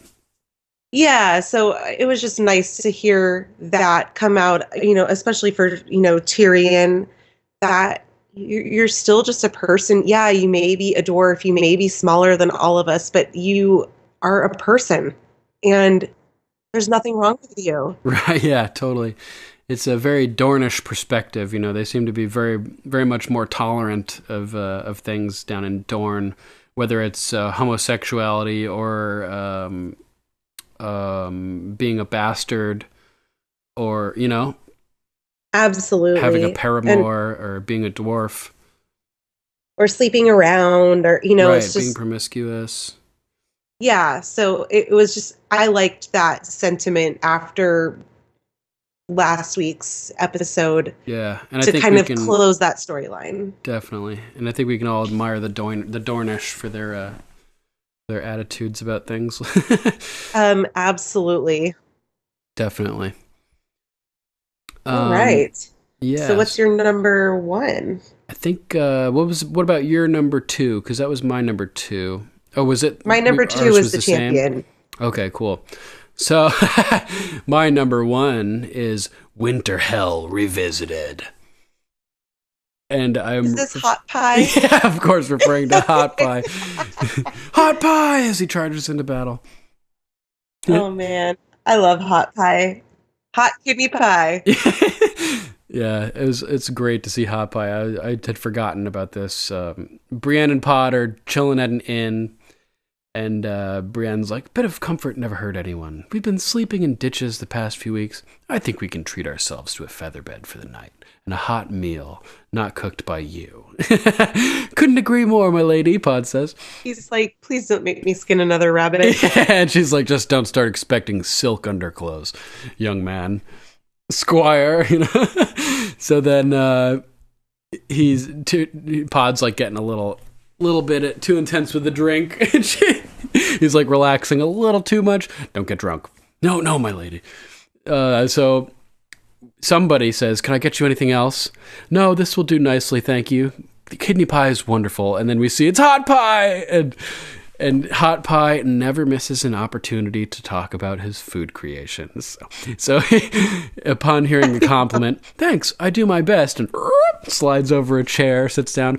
A good kidney pie is all about the ingredients: flour, lard, water. You know, he's just talkative, talk. And you can see the look on Brienne's face as she's getting aggravated by this rambling stranger. It's hilarious. So he's just rambling on and on about the gravy and how you you can't give up on the gravy and everything. And that's when he asks her, that's nice armor. Are you a knight? And she's like, no. And this is hilarious because it's like a double entendre joke. It's simultaneously referencing her frustration with Pod having called her a knight repeatedly. And then it's also hearkening back to Hot Pie's assertion that he knew those people were knights because they were wearing armor back in season 1 or 2 or whatever it is. Well, how'd you know they were knights? Well, they were wearing armor, and Gendry's like, any fucking idiot can get armor. And Hot Pie's like, oh yeah, how do you know that? I sold armor, dude. If they come back, I say we yield. Gendry's the one they want. I want to get caught in the middle of a battle. I ain't afraid of no battle. If you got within a mile of a battle, you'd fill your pants. I've seen lots of battles. I saw a man kill another man just outside a tavern in Flea Bottom. Stabbed him right in the neck. 2 men fighting isn't a battle. They had armour on. So? So, if they got armour on, it's a battle. No, it isn't. What does a dyer's apprentice know about battles anyway? Gendry's an armourer's apprentice. Hot Pie, how Gendry makes a fight into a battle. It's when they've got armour on. And who told you that? A knight? How'd you know he was a knight? Well, because he's got armour on. You don't have to be a knight to have armour. Any idiot can buy armour. How'd you know? Because I sold armour. So it's like referencing that scene with Hot Pie and his obsession with knights and armor, which is funny, man. So he brings it up again by saying, "Oh, it's just people with armor are usually knights, generally speaking." So he's got to like bring it up again, and so he realizes that they're from King's Landing, and he's just talking, and Brienne basically is like, "Oh, like we're trying to find a girl." Like he's like, "Oh, what are you doing up here?" And she's like, "Trying to find a girl. Her name's Sansa Stark, but she may be using a different name." And Hot Pie is like so caught off guard by this, and he's like, "What? Like them lot from Winterfell?" And this is another great callback to the Hot Pie scene where he was talking with Arya and he had called Winterfell Winterhell. You remember that? Yes, I love that. And she's like, "It's not Winterfell. It's Winterfell." And he's like, "Are you sure about that?" And she's like, "Yes, I fucking grew up there, I'm from there." Yeah. So he's like, "What? Like that lot from Winterfell?" And no, I ain't saying anyone like that, And he's went from being completely like overly talkative and friendly to just shutting the hell up and standing up and like pushing in the chair in the middle of his explanation of saying no, and it's just like it's so obvious. It's like suspiciously quick that he becomes silent, And kind of just like scurries off too. Yeah. And Brienne may be is a descendant of Sir Duncan the Tall, but she's not quite as thick as a castle wall in this situation. She's not known for being the sharpest tool in the shed, Brienne. She's kind of dense, people have this, she has a reputation. But here, she's quick enough to realize that this is suspicious for him to just shut up like that, Yes. I heard they were all traitors. He said, "Don't need no traitors in here." Yeah. So she is like, she tries to reassure Hot Pie that she means no harm to the Stark girl. She's like, "Well, I pledged my life to their mother, Catelyn Stark. I swore to her I'd bring her daughters home." And he changes the subject. "Sure, I can't get you a bit more of that kidney pie, and just scurries off. So then they're outside, and it's she's talking with Pod, and Pod's like, I don't want to offend, but we probably shouldn't be telling people that we're hunting for Lady Sansa because the Lannisters hunting for her. Oh yeah, searching for searching for Lady Sansa. Yeah, probably better choice of words there. That was so funny. We're hunting. I loved it. Hunting her. We're hunting Sansa Stark. Yeah. That's what people may think, or that's what Hot Pie seemed to think. So, but Pod's like, the Lannisters want Sansa, and the Lannisters have money, and people kill for money. So if they think that we're working for the Lannisters, and And or they think that they could get information to help them find Sansa from us. Like we could be in danger. We don't want that to happen. And right at that moment, that's when Hot Pie comes walking out with another direwolf cake wrapped in a rag. My lord, could I have a word? What about? Not kidney pie. Brienne says. I know. And, not kidney pie. Yeah, so she turns out that her attempt to reassure Hot Pie worked because she's made a good impression on him. He says to her, "You seem like a proper lady, someone who could be trusted." Great line. And Hot Pie is such an innocent little dude, you know what I mean? It's just so funny. Like, "You seem like a proper lady, someone who could be trusted." And the Hound would be like, "No, no one can be trusted," you know? Type thing. Like, he's so innocent and like trusting. And he's like, "I never met no Sansa Stark, but I know her sister Arya. And but I know her sister Arya." He like sort of pauses before saying Arya because he was so used to calling her Ari, Ari the orphan.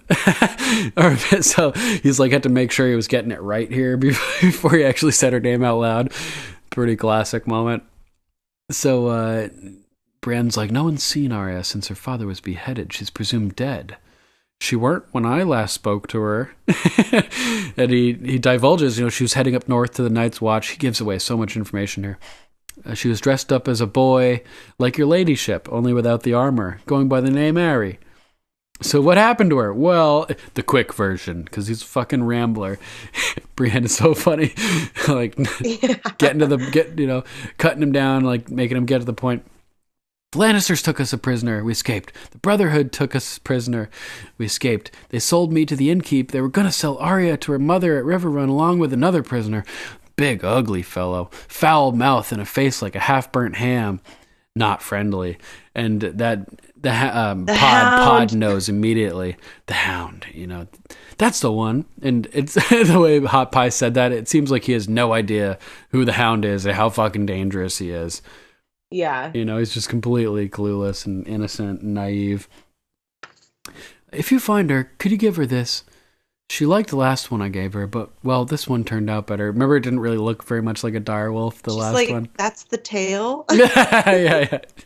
So, also, it turns out that the actor, I'm drawing a blank on his name right now, the actor who plays Hot Pie ended up opening a bakery in London, I believe, where he sells these direwolf breads. Yeah, he sells these things. I want one. Yeah, check it out if you guys can. Support this guy. He seems like a cool dude, and he's enthusiastic about his food in real life too. Which did he name his bakery Hot Pie Bakery? It's something like that. I really think it's something like that. I can't remember exactly, but because that would be really cool. Yeah, totally. So Hot Pie walks off after showing them the direwolf bread, which looks really good. And Brienne takes a moment of joy, rubbing it into Pod that she was right to mention Sansa's name here. And she, you were saying, Pod, about how we shouldn't say Sansa's name. And it's funny because, although Brienne she got lucky in this case, Pod is generally right. Like, they shouldn't be openly speaking about this. And I think they are more veiled about it in the future. But Pod has another moment of brilliance here, reaffirming Brienne's decision to take him on as a squire. She wasn't giving him any credit. Then she found out he killed the King's Guard, and she realized, maybe he's got some potential, and she gives him a chance. That's when her shell cracks, and he gets to, he breaks through her emotional armor, basically. So here, he proves that he's got value. And talking about Sansa, he says, her mother's dead, her grandfather's dead, Walder Frey is the new Lord of Riverrun. The Brotherhood isn't going to Riverrun. They'll take her to the Eyrie, my lady. And she's like, why the Eyrie, Yeah, he knows that her aunt is there, which I thought was crazy. Yeah, he's smart. How he's a smart, and I guess we do see a little bit of this with Pod in earlier episodes when he is reciting the banners of Dorne. Yeah, doing his heraldry. Yes, so he's aware. When Oberyn arrives, actually, it's when Oberyn arrives. That's right. Tyrion's asking him, "And what do you see, Pod?" And he's listing off the sigils and the names of the Dornish houses, and even Bronn is impressed with his knowledge of the Dornish houses and sigils. So yeah, he says here that Lord Tyrion made sure I knew which house married which and who hated who. And so he was able to deduce the exact place where Arya is heading. He's good in bed and good at logic. Didn't he make a note too, saying like Sansa might be headed there as well? Brienne does. So Brienne does. Brienne is also super on point here, and she's like, oh, then Sansa could be there too. Yeah. So they're both like, the wheels are turning with these two. They're headed in the right direction. Pretty awesome. Yeah. So that pretty much wraps up that scene, but it's just great to see Hot Pie back in action, after a while. When was the last time you saw him? It's been at least, a season or so. We saw him, when did we see him last time we saw him was when he decided to stay behind to be a chef. Yes, when Arya got the wolf bread. Right. And she turns back and goes, "It's really good." And he was standing there looking like a little nerd. And he looked so cute, standing there, like smiling and waving. Yeah, that's great. Bye, have a good trip. Such a funny little guy, man. Hot Pie is great. So yeah, cool seeing him again. What about your number one? So my number one is The Kiss of Death. Shit. Which is obviously when Baelish kissing Sansa.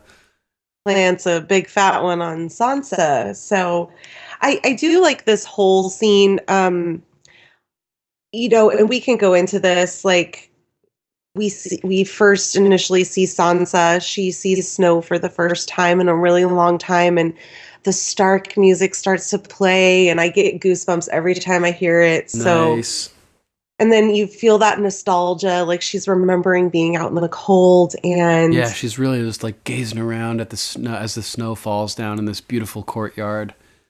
Yeah, and it's for a brief moment we see like a twinge of happiness on her face, yeah, it's like a moment of whimsy or something. Yeah, just like good nostalgia, remembering the good times, and then we cue little Robin.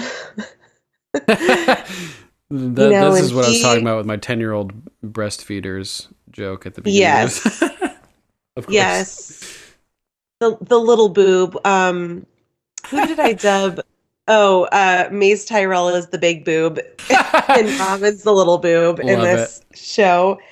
Perfect. But cue Robin, and he comes, prancing in and starts, reciting all the bullshit that he's just been kind of brainwashed. I'm the Lord of the Vale, and the Lord of the Vale is a very important person. And Sansa's like, yes, you are. Like, okay, whatever. I was just enjoying myself, and you've come in to kind of literally ruin it. And he's like, what are you doing? She's like, I'm building my home. I haven't been there in some time. I don't even know if I'll ever see it again. And he goes, does Winterfell have a moon door? Yeah, he's She's so like, fucking no, it's sheltered, down on the man. ground. Like, why? What do you do with the bad people? She's like, we don't do anything with them. We don't do anything with them. And it's just his attitude here, like, the people, the bad people, the scary people, the people you don't like. That's such like a tyrannical, authoritarian approach. Like, just get rid of the people you don't like. That's fucked up. And it's also the paranoia of Lysa. You can absolutely see it in her son. Mm-hmm. Yeah, she's implanted it into him. And it's different paranoia. It's not her same paranoia of like who Lord Baelish is, hooking up with. But that same kind of manic, like, oh, there's all these bad people and we're going to like make the bad people fly. And her other paranoia is like protecting sweet Robin. Like that's another one of her like paranoid obsessions. And that one is, that's the one that's transferred onto Robin for sure. For sure. So, and I love I loved the sentiment, like, well, when we get married, we can just basically kill whoever we want together. We can just throw everyone through the moon door. And I'm thinking that is fucking terrifying. And Sansa's like, I like the sound of that. Yeah, it's pretty good. You know, I think she's just kind of being diplomatic here. Yeah, and being yeah, polite to him, Probably. because he is the Lord of the Vale, and Sansa's very diplomatic, and, you know, she knows how to talk to people that she doesn't really want to talk to. So I felt that, like, twinge of that come kind of back into her. It's like her defense mechanism. Right. And then, you know, he's like, well, let's put a moon door here. And he, like, knocks her tower over, and she's like, well, you've ruined it now. Ruined it. He's like, well, it was never right in the first place because it didn't have a fucking moon door. And then he, like, throws the freaking tantrum and, like, kicks it all down. Yeah.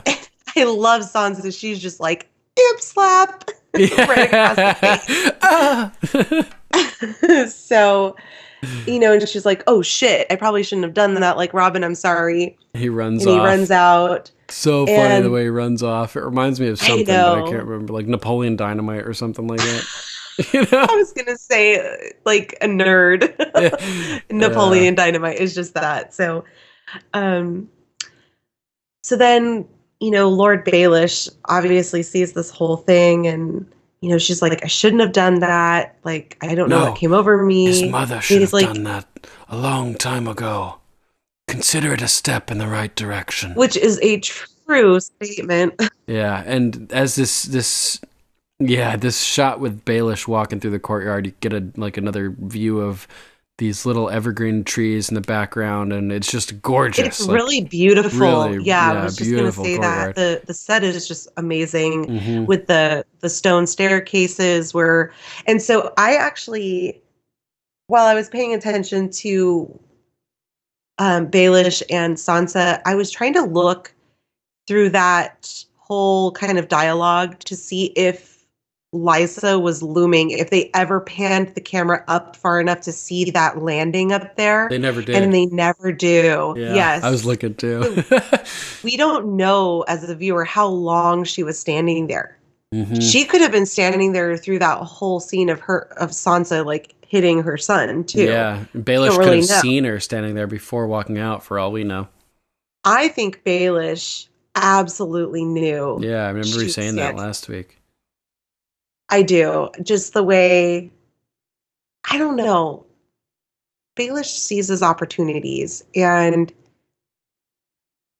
it's pretty bold of him to kiss Sansa at this point in where we are at in the story.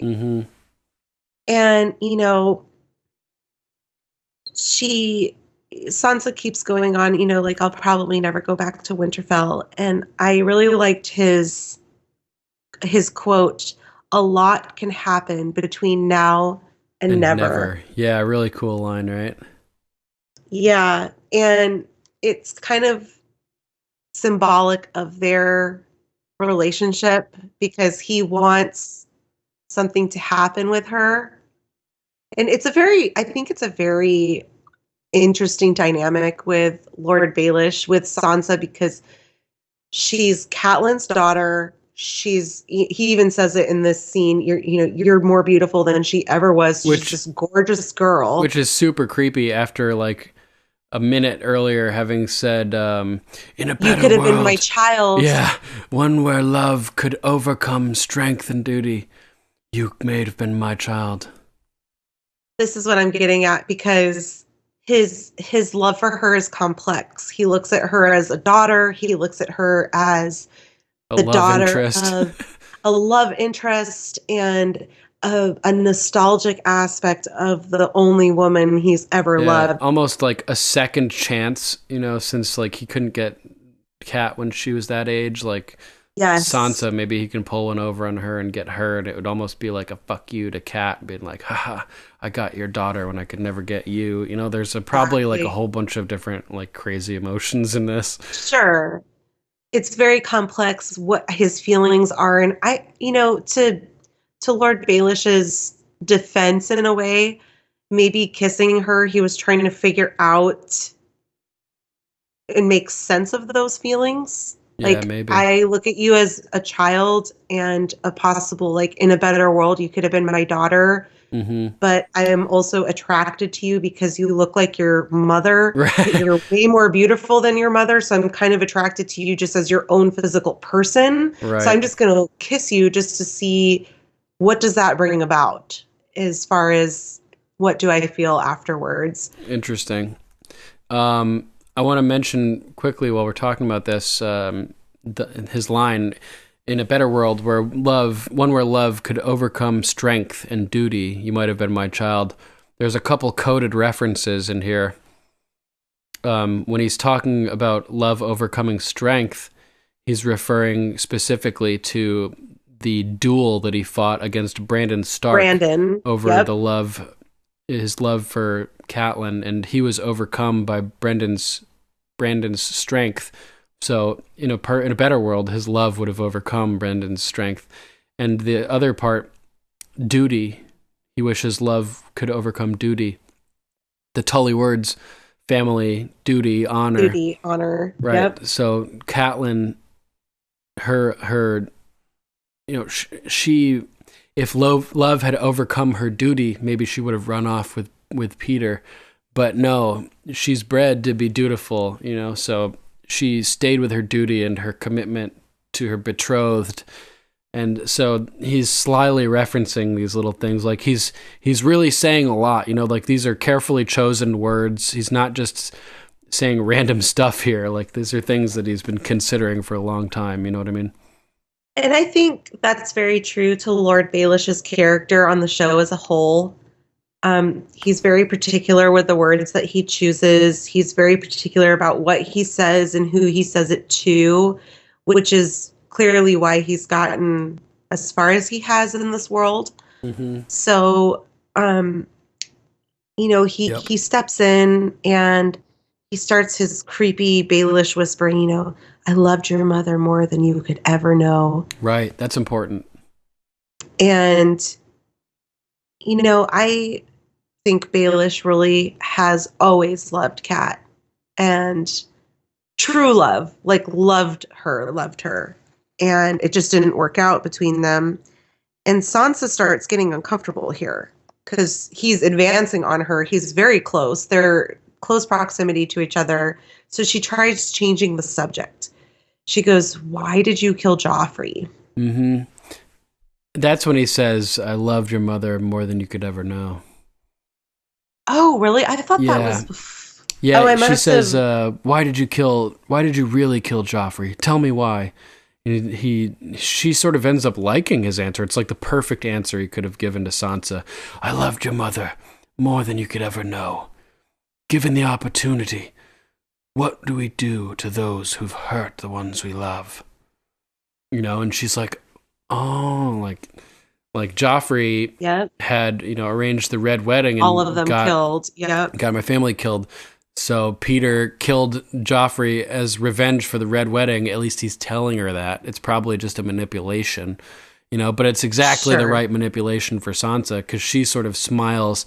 She like one corner of her mouth like creaks back, and she does like a one-sided like smirking smile, and then the camera cuts to Baelish, and he does the same exact smile. Like it's like it worked, and that's when he mentions the better world where she could have been his child, and then he goes to but we don't live in that world, and it transitions to the creepiness. You're more beautiful than she ever was, Lord Baelish. Call me Peter. And then he kisses her. But she actually lingers there for a minute. She kind of goes into it too, which I found very interesting. Like she doesn't, when she says to Lysa, well, he kissed me and I pulled away. I'm like, girl, that was you didn't really pull away. Way delayed. If you were pulling away, you closed your eyes and went in for that. And she might have been wrapped up in the fact that he basically just said that he got revenge for the murder of her family or something. Maybe there was a moment. Yeah, and I think there's a little bit of I don't know, deer in the headlights. It's a natural instinct, and then she's kind of realizing what happens because she does pull away, and she's like, "Whoa, Like, what just happened? Right. There's you know how people say there's like the fight or flight reflexes. Sure. Now there's a third one recognized, which is fight, flight, or freeze. And it's entirely possible that she panicked and just froze for a couple seconds. I'm a freezer for sure. I'm a refrigerator. In like serious situations, I usually freeze and I'm like, what the fuck is going on? And then I usually run away. Yeah, that's what happens with deer. They freeze in the headlights and then they run. So yeah, then they run. Yeah. Yep. So your name Rachel Deer. That's what you should be. Not Rachel Fox. Yeah, exactly. Yes, because I don't know. Foxes are kind of sly, and they stop and look around. They figure out their surroundings. Yeah, I love foxes. Me too, especially my husband. Yeah.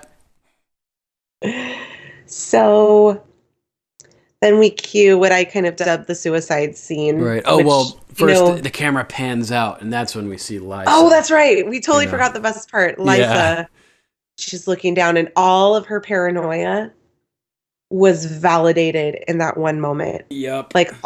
Which is not good. I mean, she was really not good. Speculating, and at the time, Sansa was telling the truth. No, like nothing has ever happened between me and Peter, and I'm a virgin.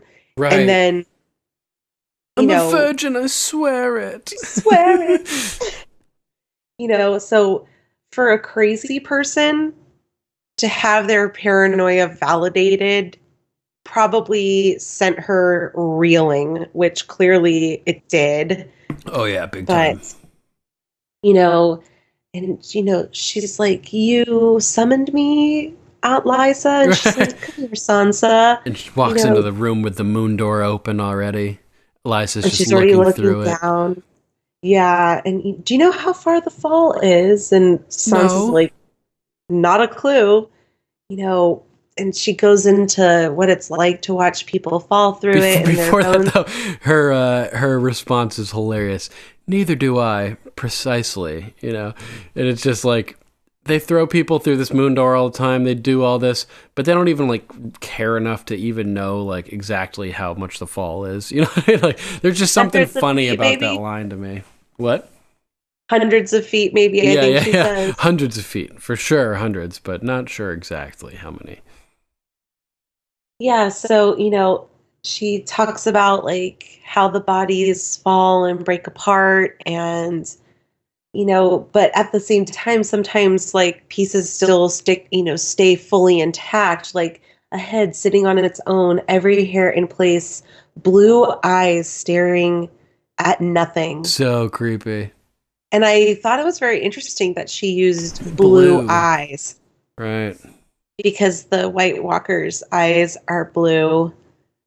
And, they're sort of like zombies just staring into empty space kind of at times. Yes. So, I mean, instead of just saying eyes staring into nothing, she decided to choose blue eyes, which was, interesting in itself. But, she's like, I know what you did. I'm so sorry, Aunt Lysa. I should have never hit Robin. I know it.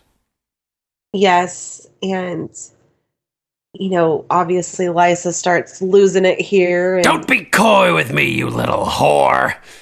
I saw you kiss him. You kissed Peter. Yeah, and she's like, my father, my husband, my sister, they all stood between Peter and us, and now they're all dead.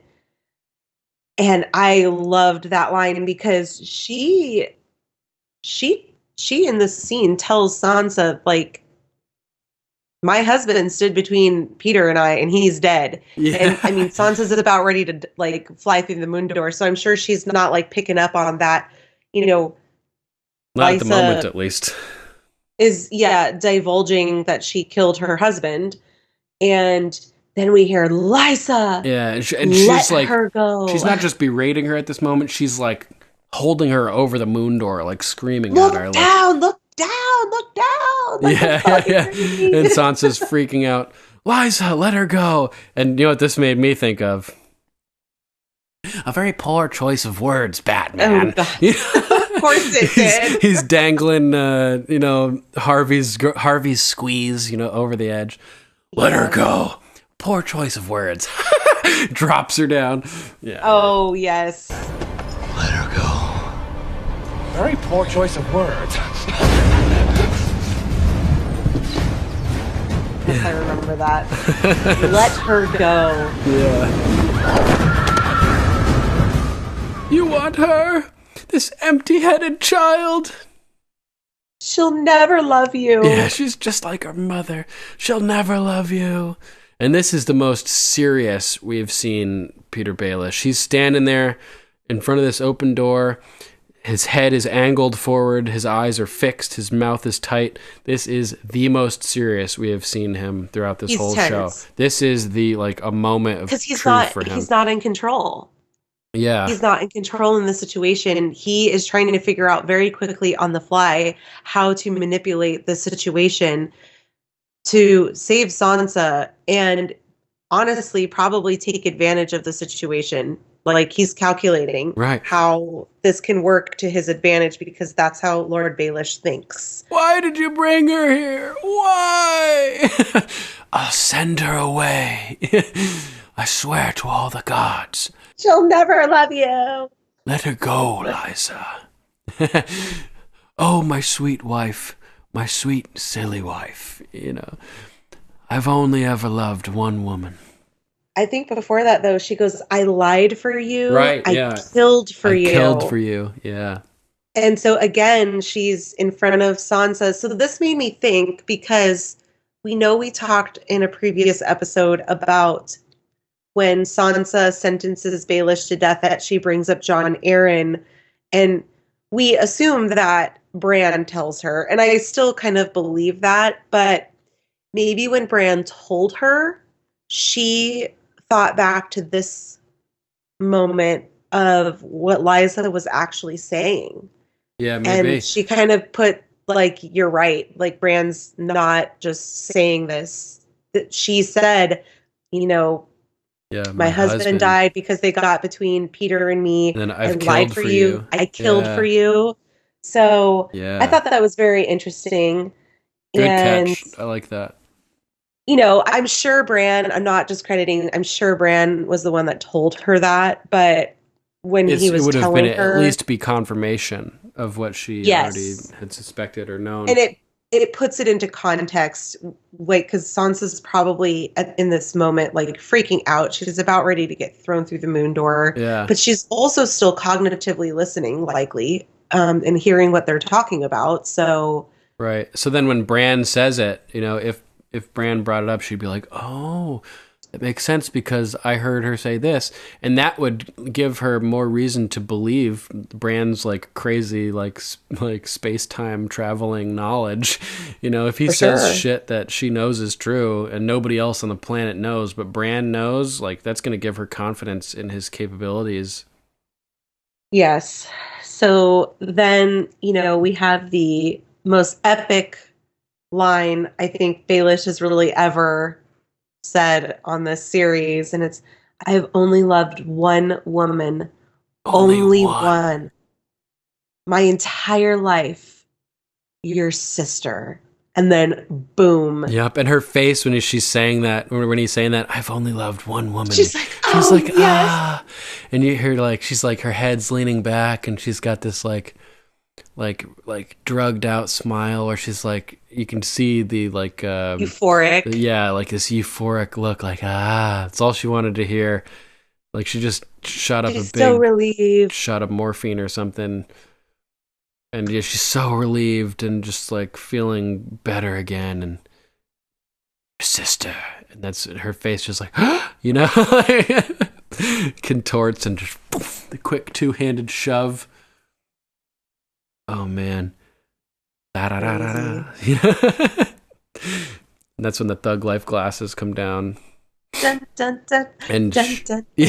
And she's just like screaming as she plummets to her death, eerily foreshadowed by her own description of bodies dropping from that massive height just minutes, just seconds beforehand, you know. And the way that her gown is like flapping in the wind as she falls will like haunt me forever. You know what I mean? For sure. It's intense. Yeah, it's awesome. So good. And it's funny too, like if you watch really closely, he pushes her and she falls back. And then it cuts back to Baelish looking down as she falls, and then it cuts back to her falling. And the reason they put that cut there is because the angle that she falls at, if they had done it in one cut, it would have been too obvious that she didn't fall straight down the hole. She would have how funny. She would have nailed her head on that cylindrical drop zone. There's like probably 10 feet of stone cylinder before it drops into nothing. And the momentum of Peter's push knocking her over, she would have like bounced off of it. And tumbled down. But they wanted the aesthetic of her falling perfectly straight with like the dress flapping in the air and everything, looking up, reaching up as she's falling. No! Not dying from impact on the side of the tube. Reaching for Peter, her last hope, like Tyrion was reaching for Bronn, you know. And so it's just too good of an aesthetic to be ruined by her bouncing off of the for sure the wall there, you know. So they're a clever cut to cover up laws of physics that would have been otherwise broken, which is funny. Yeah. But awesome. It's great. So yeah, that's one of the all-time greatest moments of this show for sure. Fucking legendary. And we actually see that Peter is capable of killing someone. Yeah, true. Getting his hands dirty personally. Oh, and there's another thing about this scene too. When he says, "I've only loved one woman, only one, my entire life," it cuts to Sansa and her reaction to this. And she has this like, I'm not sure if she knows yet, but she has like this disturbed look on her face when she hears that, because he had just been telling her how much he loved her mother, and now he seems to be telling Lysa that he loves her and he's only ever loved her. You know, because Sansa has a disturbed look. I'm not sure if she's disturbed because she thinks that Peter is just saying whatever he needs to say for any given moment, or if she's disturbed because she knows that he's lying to Lysa. Either way, Sansa is highly disturbed in this moment. That Peter is lying to Lysa, and I think she has a feeling of what's about to happen. Yeah, quite possibly. Yeah, it's pretty crazy. And then it's such a great scene. So good. I love like all of the scenes with the moon door leading up to this moment. Oh man, the moon door is just one of the coolest features of any castle in this series. If I lived in a castle, I would want a moon door. Totally. Throw paper airplanes through it instead of like real people. Glass doves, you know, whatever. Watermelons. Like what Robin throws Peter's. I think he gave him a glass dove or glass falcon or something. Some little toy, yeah. Throws it through. Hilarious. Yeah, so that's kind of all the notes that I have for my number one. All right. So let's jump into our other notes. The only other note that I have is Lord Snow. Oh, all right. Yeah, that's a good scene. Yeah, so Jon Snow gets back from the wall, or I'm back from Craster's Keep back to oh my god, Castle Black. Sorry. Like, where is he? And he has Ghost with him. And of course Sir Alistair is, you know, Lord Snow. This is no place for wild beasts. You know, lock him up. Or I'll let Hob throw him in tonight's stew. Oh, yeah, he does say that. I forgot about that. That's so fucked up. Just fuck Alistair. And so, you know, I love the way Jon just kind of like walks back. I mean, before that, he does explain kind of what happened. And and then he turns to Ghost. He's like, "Come on, Ghost," and Ghost just kind of like pads along, like, "Where are we going?" Yep, sort of like sideways. He's moving at like a bizarre angle, which kind of adds some character to the animal, which is cool. I love that. All these direwolves, they're great. So, both my lab growing up and my Australian Shepherd now, when they were younger, when they would like go for long walks, they would walk kind of sideways. Yeah, it's definitely not uncommon. Like not crazy sideways, but they would like kind of walk at a slight angle like that. At a slight angle, yeah. So it was very good CGI to like kind of throw that in there because it was very dog-like. Oh no, that's not CGI. That's a real animal. But they make them bigger. Right. But they don't like change any aspects of their movement except slightly slowing them down. They just okay, and increasing their size though because he's big in that scene. Yeah, okay, they increase their size and then slow the motion to compensate for the increased size. Because if there's like goes to show you why it felt so real then because it was a real animal. Yeah, exactly. Yes. So now we're back in kind of the mess hall, and John is standing up saying, like, they are really close. The wildlings are really close. Yeah. And I think we need to seal the tunnel with rocks and ice. And they kind of laugh at this. Like, so we don't do our duties. And John's kind of like, why would we be out beyond the wall right now with Mance Rayder with 100,000 men, like, bearing down on us? Like, even what duties Gren's, do we like, have to do north of the wall? Right. And even Gren's like, we can't defend the gate against 100,000 men. Like, we got to plug it.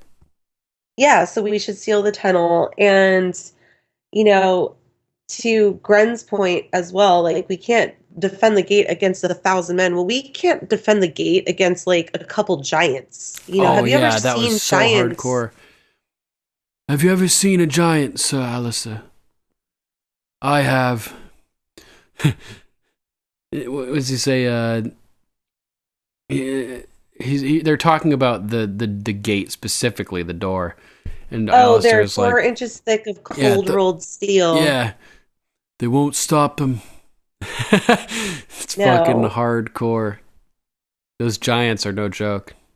I think Sir Alistair is kind of listening to John here, but because his hatred for John is kind of blinding him in this moment to be rational and realize, like, John is right. But he goes, like, what, who are you? And he's like, well, I'm a steward, and he's like, and who's in charge of the tunnel? And he goes, the builders. Dick move. Okay, the builders. Yeah. So do you agree? No, I don't agree that we should seal the tunnel. Right. And it's like, First Builder Yarwick. Lord Snow here recommends sealing the tunnel.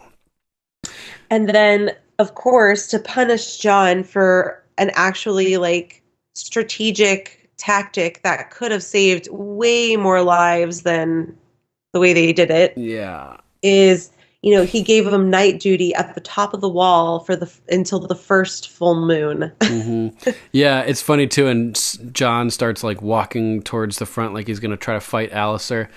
And Sam grabs his hand and pulls him back, and they make eye contact for a second. And there's one of two things that Sam could be saying with his eyes in this moment. He could either be saying, like, it's not worth fighting, Alistair, or he could be saying, it's okay, John, we'll keep each other warm. their little bromance that they've got going on, hanging out at the top of the wall in the middle of the night. When Yarwick says no, that he doesn't agree with Jon Snow, after he says no, there's a brief moment where he his eyes sort of glance downward as if he's either ashamed or not happy with his choice of having said no, and it's a sort of hint that he may have felt a little coerced. And I think Alistair, aside as well as his just wanting to be a contrarian against Jon because of his hatred for Jon Snow, I think he also just doesn't want Jon to have the right answer, which would if Jon gets to make the decisions, it's a power play, right? Like they were saying in Janice's Slint's one moment of like coherence, he said that, you know, there's a chance that the Night's Watch may end up being led by Jon. You know, he's got friends, people are following him. Alliser wants to prevent that by any means necessary, basically. So if Jon has an idea for something to do, he's not gonna let it happen just so that Jon doesn't win a battle and look like a leader. So he has to be a contrarian. Absolutely. And you know, the you know, the builder, what's his name again? Sorry, you said it and I just totally forgot. Yarwick. It's his last name. Yarwick. I can't remember. It's like Othel Yarwick or something. I can't remember. Yeah, I think he's also bound just because he also doesn't want to stir the pot with Alistair. Right. Thorne. Totally, you know, yeah. It's like there's clearly a battle of power going on here. I like my position as leader of the builders. I'm not going to stir the pot. I'm just going to agree with Alistair. I'm happy sitting up here at the high table, and I'm just going to go with it. Yeah, definitely.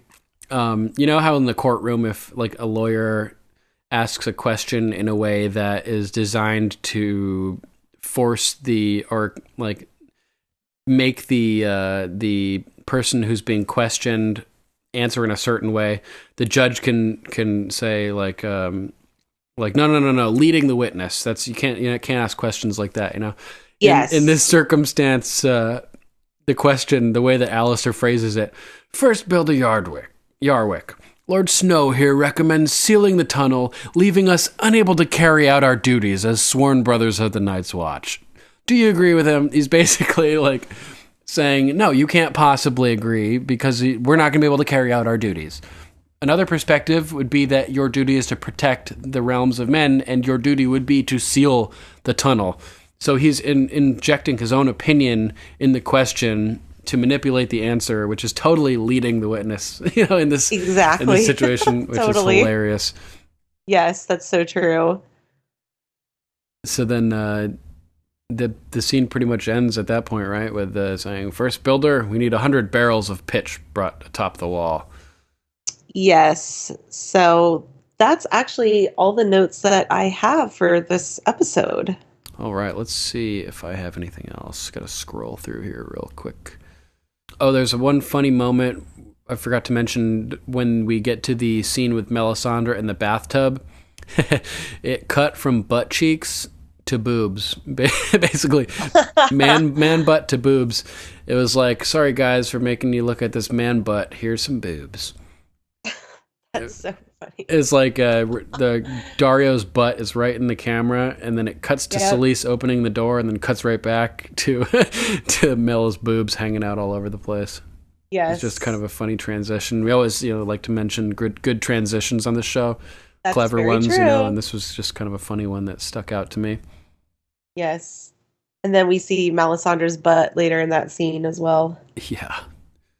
She has a rockin' body, my word. For sure. I have not historically been attracted to Melisandre, but this time watching it, I was kind of attracted to her. Yeah, I can't imagine why. I wonder what changed. She's beautiful. Yeah, I mean, something changed in my mind, apparently. She's very different than Dany as far as her. Well, I don't have a type, I like all kinds of ladies, so. You just like boobs. I just never really found her that attractive, but sure. This scene, this time, kind of changed.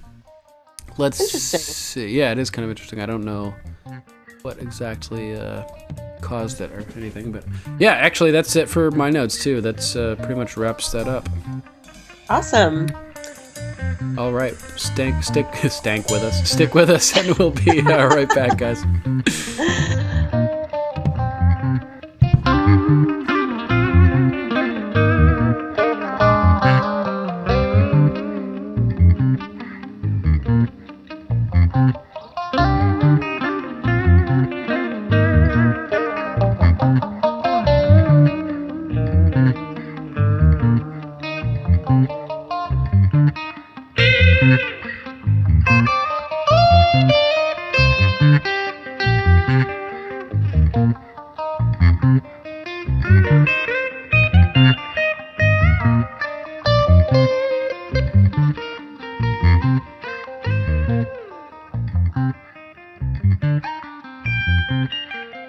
And that's me on guitar and bass again on an unreleased recording that I made a number of years ago.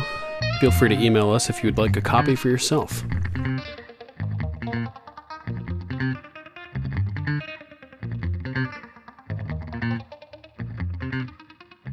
And we're back with news about Game of Thrones.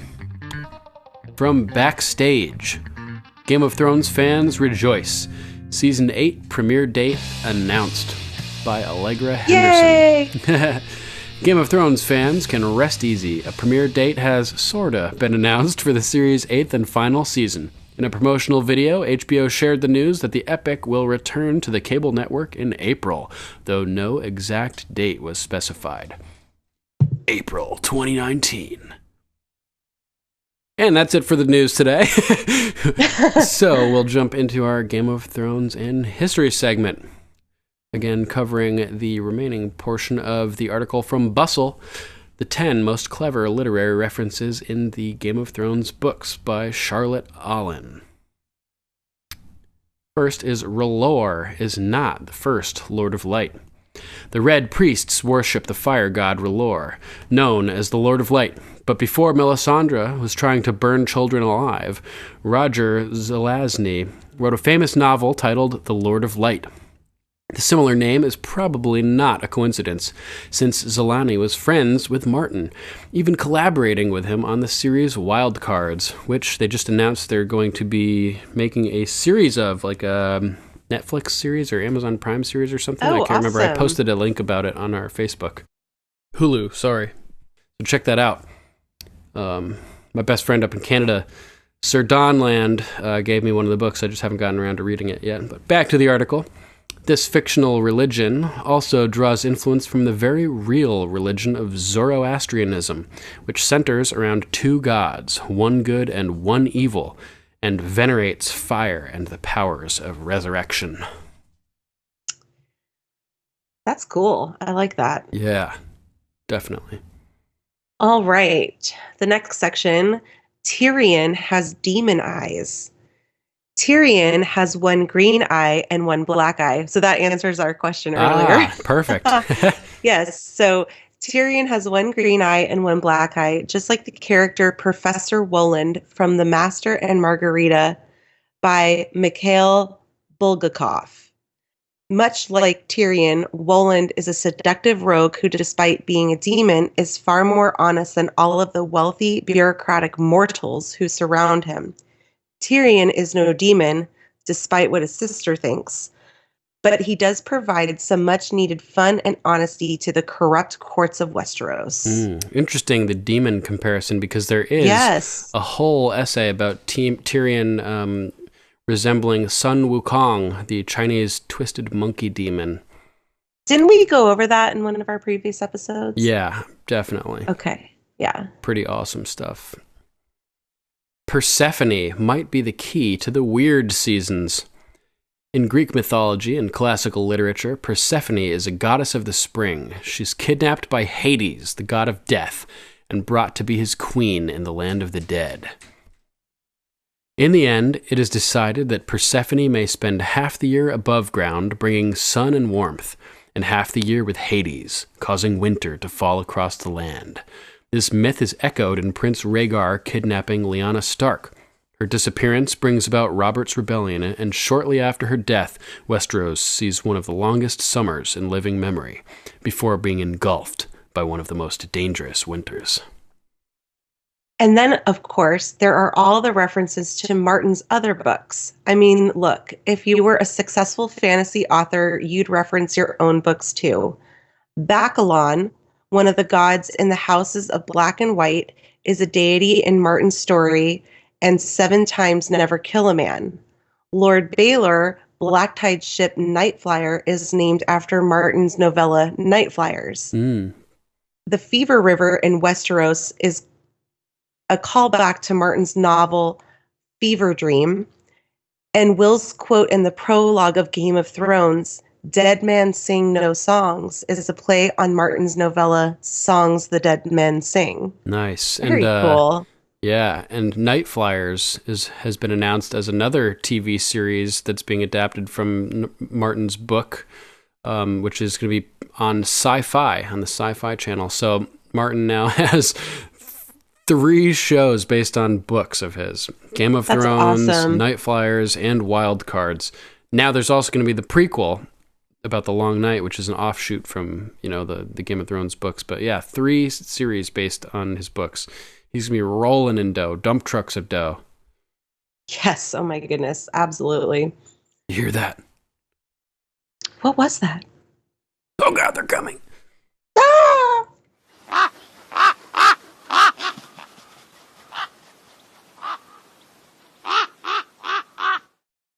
Sir Matthew of House Rep. Bronn certainly is moving up in the world. He started the series as a poor sellsword, to head of the City Watch of King's Landing, to a knight as Sir Bronn of the Blackwater, and now he is marrying into a noble family. Does this mean he gets his own sigil? Does he take the Stokeworths? What would be a good emblem for Bronn, do you think? I'm partial to something like crossed swords over a dark water motif. Poor Lysa died as she lived, raving like a madwoman. That's right. You know that's right. And in response to Game of Microphones episode 78, Sir Matthew writes, Varys' whole plan revolves around Tyrion being found guilty.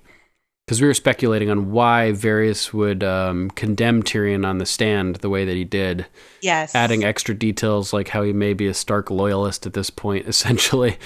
So he says, Varys' whole plan revolves around Tyrion being found guilty. He doesn't want a strategic mind like Tyrion around for when the ruler he backs, Dany in the show, arrives in Westeros. He always planned on shipping him to Essos. Plus, now he's in Varys' debt. Great points. Yeah, that's definitely the case.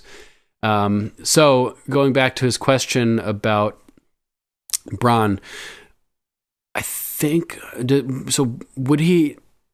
so he's Sir Bronn of the Blackwater. Now he's marrying into a noble family. Would he end up having his own name? Like, would he create his own last name? Would he create a sigil with an emblem? What do you think would be a good sigil for Bronn? I like the crossed swords over a dark water. That's fucking cool. I like that too. Or even maybe a bow over a dark water, because he, in the Battle of the Blackwater, he's the one that sends the flaming arrow.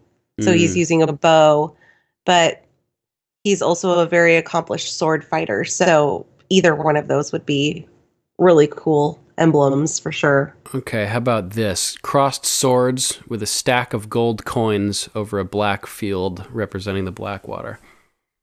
Yes, that's awesome. Because he's a sellsword, he's all about he's fighting and or golden swords, maybe. Yeah, no, that would be Jaime. Well, at least in the books, he used a golden sword to kill the Mad King. Oh, really? Okay. Yeah, so that would be too symbolic of another too person in the story. Of Jaime. Yeah. Yep. But yeah, throw some gold coins on there with the crossed swords, and I think we nailed it, Matthew. Yes. Sir Matthew, sorry. Lady Sarah of House Larkham. Cersei chooses the Mountain as her champion. He gets poisoned by Oberyn. During the whole season 5, Qyburn figures out how to cure him. Then, in the last episode of season 5, he greets Cersei after her walk of punishment. And in season 6, Cersei calls on the Mountain to be her champion again to fight Sir Loras. But the trial by combat again is changed by Tommen when he is brainwashed by the High Sparrow. And the trial is changed to be a trial judged by the Seven. Right, they outlaw the trial by combat. I forgot about that. Yeah. We all know how that ended, with the Sept of Baelor being demolished by Cersei.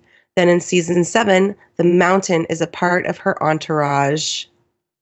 Lord Jason of House Robertson, responding to our Game of Microphones 78 discussion of Jorah being a spy and my incorrect assertion that this was the first time we had heard of Jorah being a spy. I don't know what I was thinking.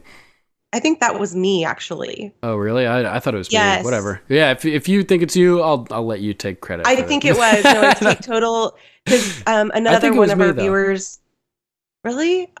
Okay. Well, we can both take the blame for this one, Duncan. We're idiots, Lord Jason. So thank you for writing in and correcting us. And if we're wrong, yeah, definitely let us know because we would like to correct the record. Absolutely. Definitely.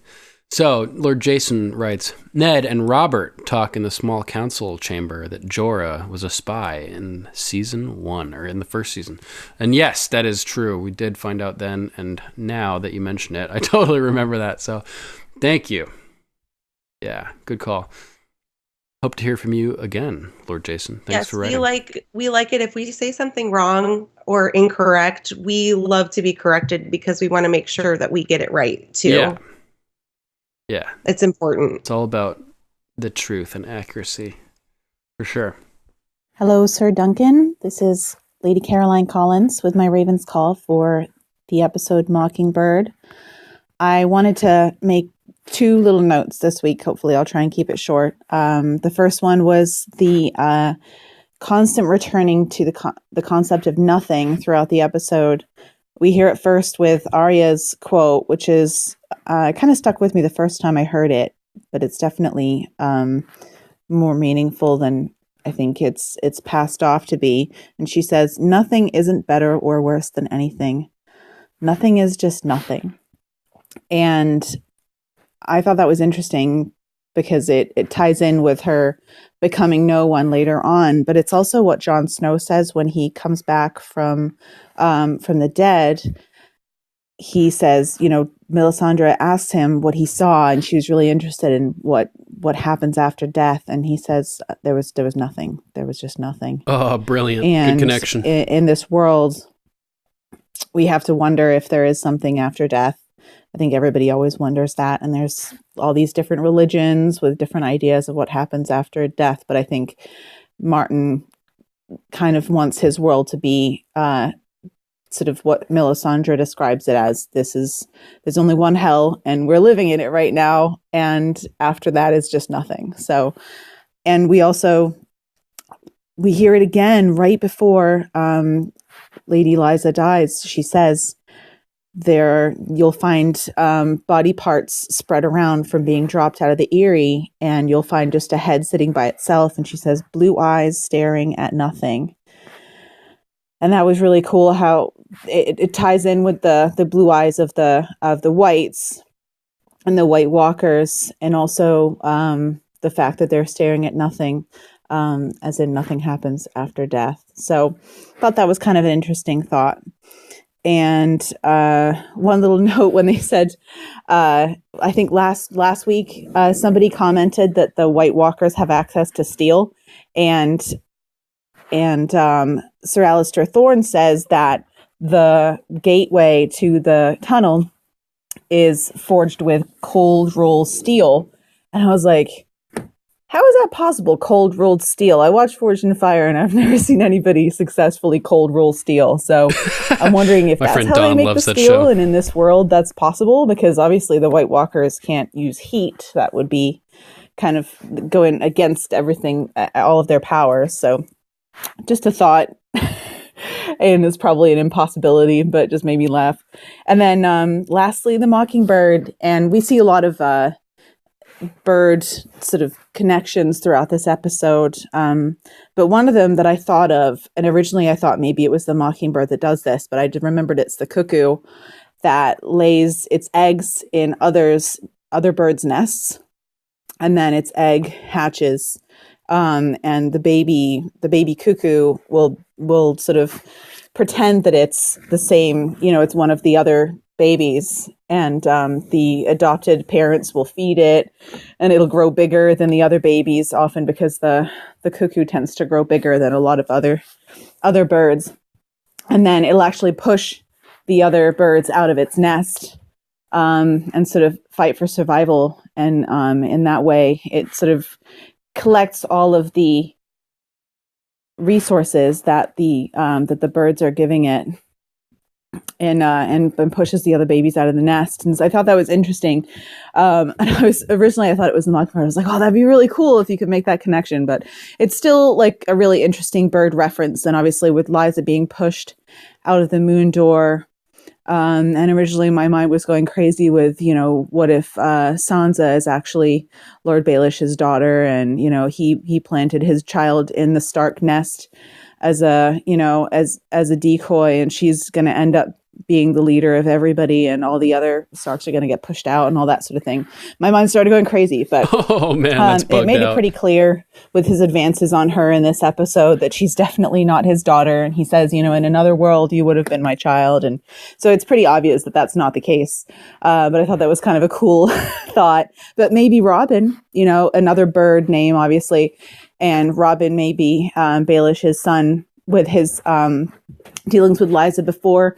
I know from several hints in the books, spoiler alert, Baelish and Lysa may have had a bastard child together before she married Jon Arryn, and that's why she was married off to Jon Arryn quite quickly, and she could have been forced to lose the child, or she just lost the child.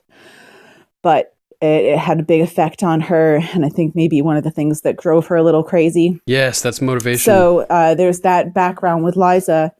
So if she has had children with Baelish in the past, then maybe Robin is Baelish's child, because Jon Arryn was quite old. So there's a possibility that he may not have been able to have children. That's why they had so many stillbirths and miscarriages. So maybe Baelish really is the father of Robin Arryn. And so in that case, his line would rule the Vale. So he would be sort of cementing his claim and planting his egg in the larger nest. That's about all I have for this week. I really hope I hear some great other feedback this week. I really enjoyed the last few episodes, and thank you for the heads up on the Facebook Messenger. I totally lost track of your recording schedule, so I really appreciate that. All right. Looking forward to hearing the episode. Talk to you later. Bye. That was a great voicemail, Lady Caroline. I loved what you talked about the nothing and how it kind of plays a role throughout this whole series. I think that was a really great catch. Lady Caroline, always so great to hear from you. Your feedback is always amazing. I really loved everything you said here. The Baelish stuff, if Sansa is really his, that's a wild thought that I hadn't considered. And the info about the cuckoos, yeah, that's pretty crazy. The kind of brutal stuff that happens in nature, huh? And again, also you really nailed Lysa's psychology here, I think. So great work. Good to hear from you.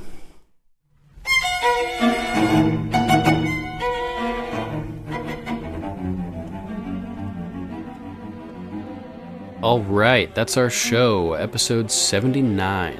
Thanks for listening, everybody. Yes, thank you guys for listening. We love your feedback. Please continue to contribute to Raven's Calls. Yeah, get your voice out there. We love to share it. Next episode, we'll be covering Season 4, Episode 8, The Mountain and the Viper. And this episode has a specific, a special place in my heart, because it's the first episode, as you know, where I finally caught up binging the TV series and got to watch this episode live. And we'll also be having a special guest join us to talk about this episode, and that is Johnny Stitches. Yay! Yeah, from Sirenicide. A good friend as well of the show. So we are looking forward to having Johnny join us, and that is going to be a blast. I'm excited for that. Yeah, me too. So give it a watch, guys, and send us your thoughts. We'd love to read them on the air. Holiday season is approaching, and if you'd like to support Game of Microphones without spending any extra money, you can. Just go to gameofmicrophones.com and click on our link to Amazon. And while all of your prices will remain the same, Game of Microphones will receive a little finder's fee from Amazon for everything you buy in that session for directing you to their site. This is super easy to do, doesn't cost you a penny more, and makes a huge difference for us. And this way, you don't have to spend any extra money. A few people have also asked about how they can donate to the podcast, and until now there hasn't been a way. But now you can go to paypal.me/GOM podcast or patreon.com/ you guessed it, GOM podcast. And there's links for both of those at our website, gameofmicrophones.com. Any little bit helps, and this way you can help secure the continued existence of Game of Microphones and help ensure that we're around and still able to release podcasts. If you'd like to call, you can always call us at 813-JOFFREY. That's 813-563-3739. If you would like to write in, you can email us at ravens@gameofmicrophones.com. Check out our Facebook page at facebook.com/GOM podcast. And please, while you're there, give us a like and a rating/review. I mentioned it last week, but for some reason, since we've come back from the hiatus, we're no longer appearing in the search results for Game of Thrones on in the podcast app for iTunes on iPhone. So, if you guys would kindly give us a nice review on iTunes, it might help bump us back up into the search results. We'd really appreciate that, because we'd like to, have people be able to find us when they search. That would be awesome. Yes, absolutely. So give us a review. Thanks. Slap. You can also listen to Game of Microphones on YouTube, BitChute, and Steam It. Just search for Game of Microphones to find our channel. We can't create a custom URL on YouTube until we have at least 100 subscribers, so please subscribe as well. Likes, comments, and shares are also much appreciated. We're also on Twitter, Instagram, Gab, and Minds at GOM Podcast. We're also on Tumblr at Game of Microphones. And like I mentioned, Johnny Stitches from Sirenicide will be joining us next week for The Mountain and the Viper. But you should also go and check out the latest episode of Sirenicide, which features me as Malik Husto. And the results are in for the Morston, Texas race for governor, for which I was running. So, if you want to support me and Malik Husto for governor of Morston, Texas, vote for Malik. You can vote for Malik by downloading Season 3, Episode 13 of Sirenicide. And once you listen to that one, go back and start all the way at the beginning of Sirenicide, because it's a fun show and you're going to like it. Serial horror drama, much in the style of the old school radio shows of like the 40s. Really cool. Yes. Sound effects. And some of it, it's great. Nice. All right, that's our show, everybody. Thanks for listening.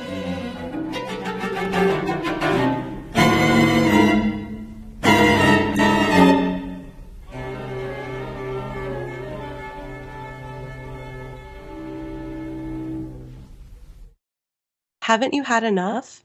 Of what? I know. Time to go. Take matters into my own hands. Thought has occurred to me. So why go on?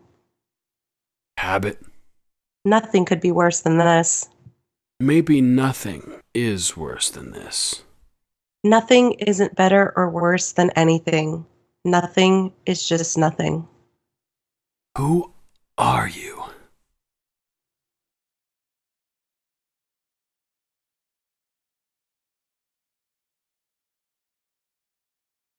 She looks like a peanut next to him. And I love how he says, my sword is yours until the day I die.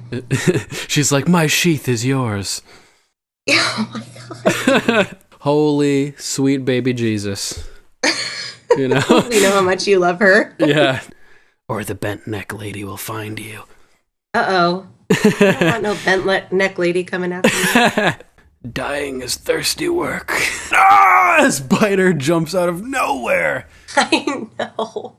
They keep you on your toes.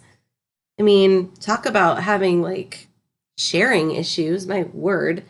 Yeah. So. Yeah. Yeah. It's funny because it's true, you know? Stoked about Stokeworth. Yeah, Tyrion's like, does he frighten you so much, the mountain? And he's like, yeah, dude, he's fucking Godzilla. You know what I mean? Like, yeah, he fucking terrifies me. He's the Hulk. No, sorry, Hodor's the Hulk. Who would the mountain be in like superhero? He'd be Juggernaut, of course. Yes, I was gonna say Juggernaut. X-Men, right? Yeah, nice. Yes, great minds. You know. I still don't know if I can watch that scene. I've never watched it. I've never watched his head get crushed. Yeah, you don't have to if you don't want to. I'm not gonna make you. I don't know. I might do it. I might do it for the rewatch. For the watch. Hey. We'll see. Yeah. I might just inadvertently. Fear of the unknown is often not as bad as, the truth. The way my husband reacted to it, but I think he reacted to it because he was completely not expecting it to be that graphic. The shock factor. Like, it's really fucking graphic. Going into that knowing it, like, maybe it won't be that bad. Oh, yeah, I don't know. It's gnarly, though. Maybe. I was shocked, too. I wasn't expecting that. It's fucking wild. Awesome. Yeah. Well, we'll see. I love hot pie. Hot kidney pie. Please don't make me skin another rabbit. Thanks, I do my best. And one corner of her mouth, like. I'm a freezer, for sure. I'm a refrigerator. I'm a virgin, I swear it. Swear it. Interesting in itself, but, she's like, I know what you did. I'm so sorry, Aunt Lysa. I should have never hit Robin. I know it. Yes, and, obviously Lysa starts losing it here. And Don't be coy with me, you little whore. I saw you kiss him. You kissed Peter. I swear to all the gods. She'll never love you. Let her go, Lysa. Mel's boobs hanging out all over the place. Now there's also going to be the prologue, which is an offshoot of, the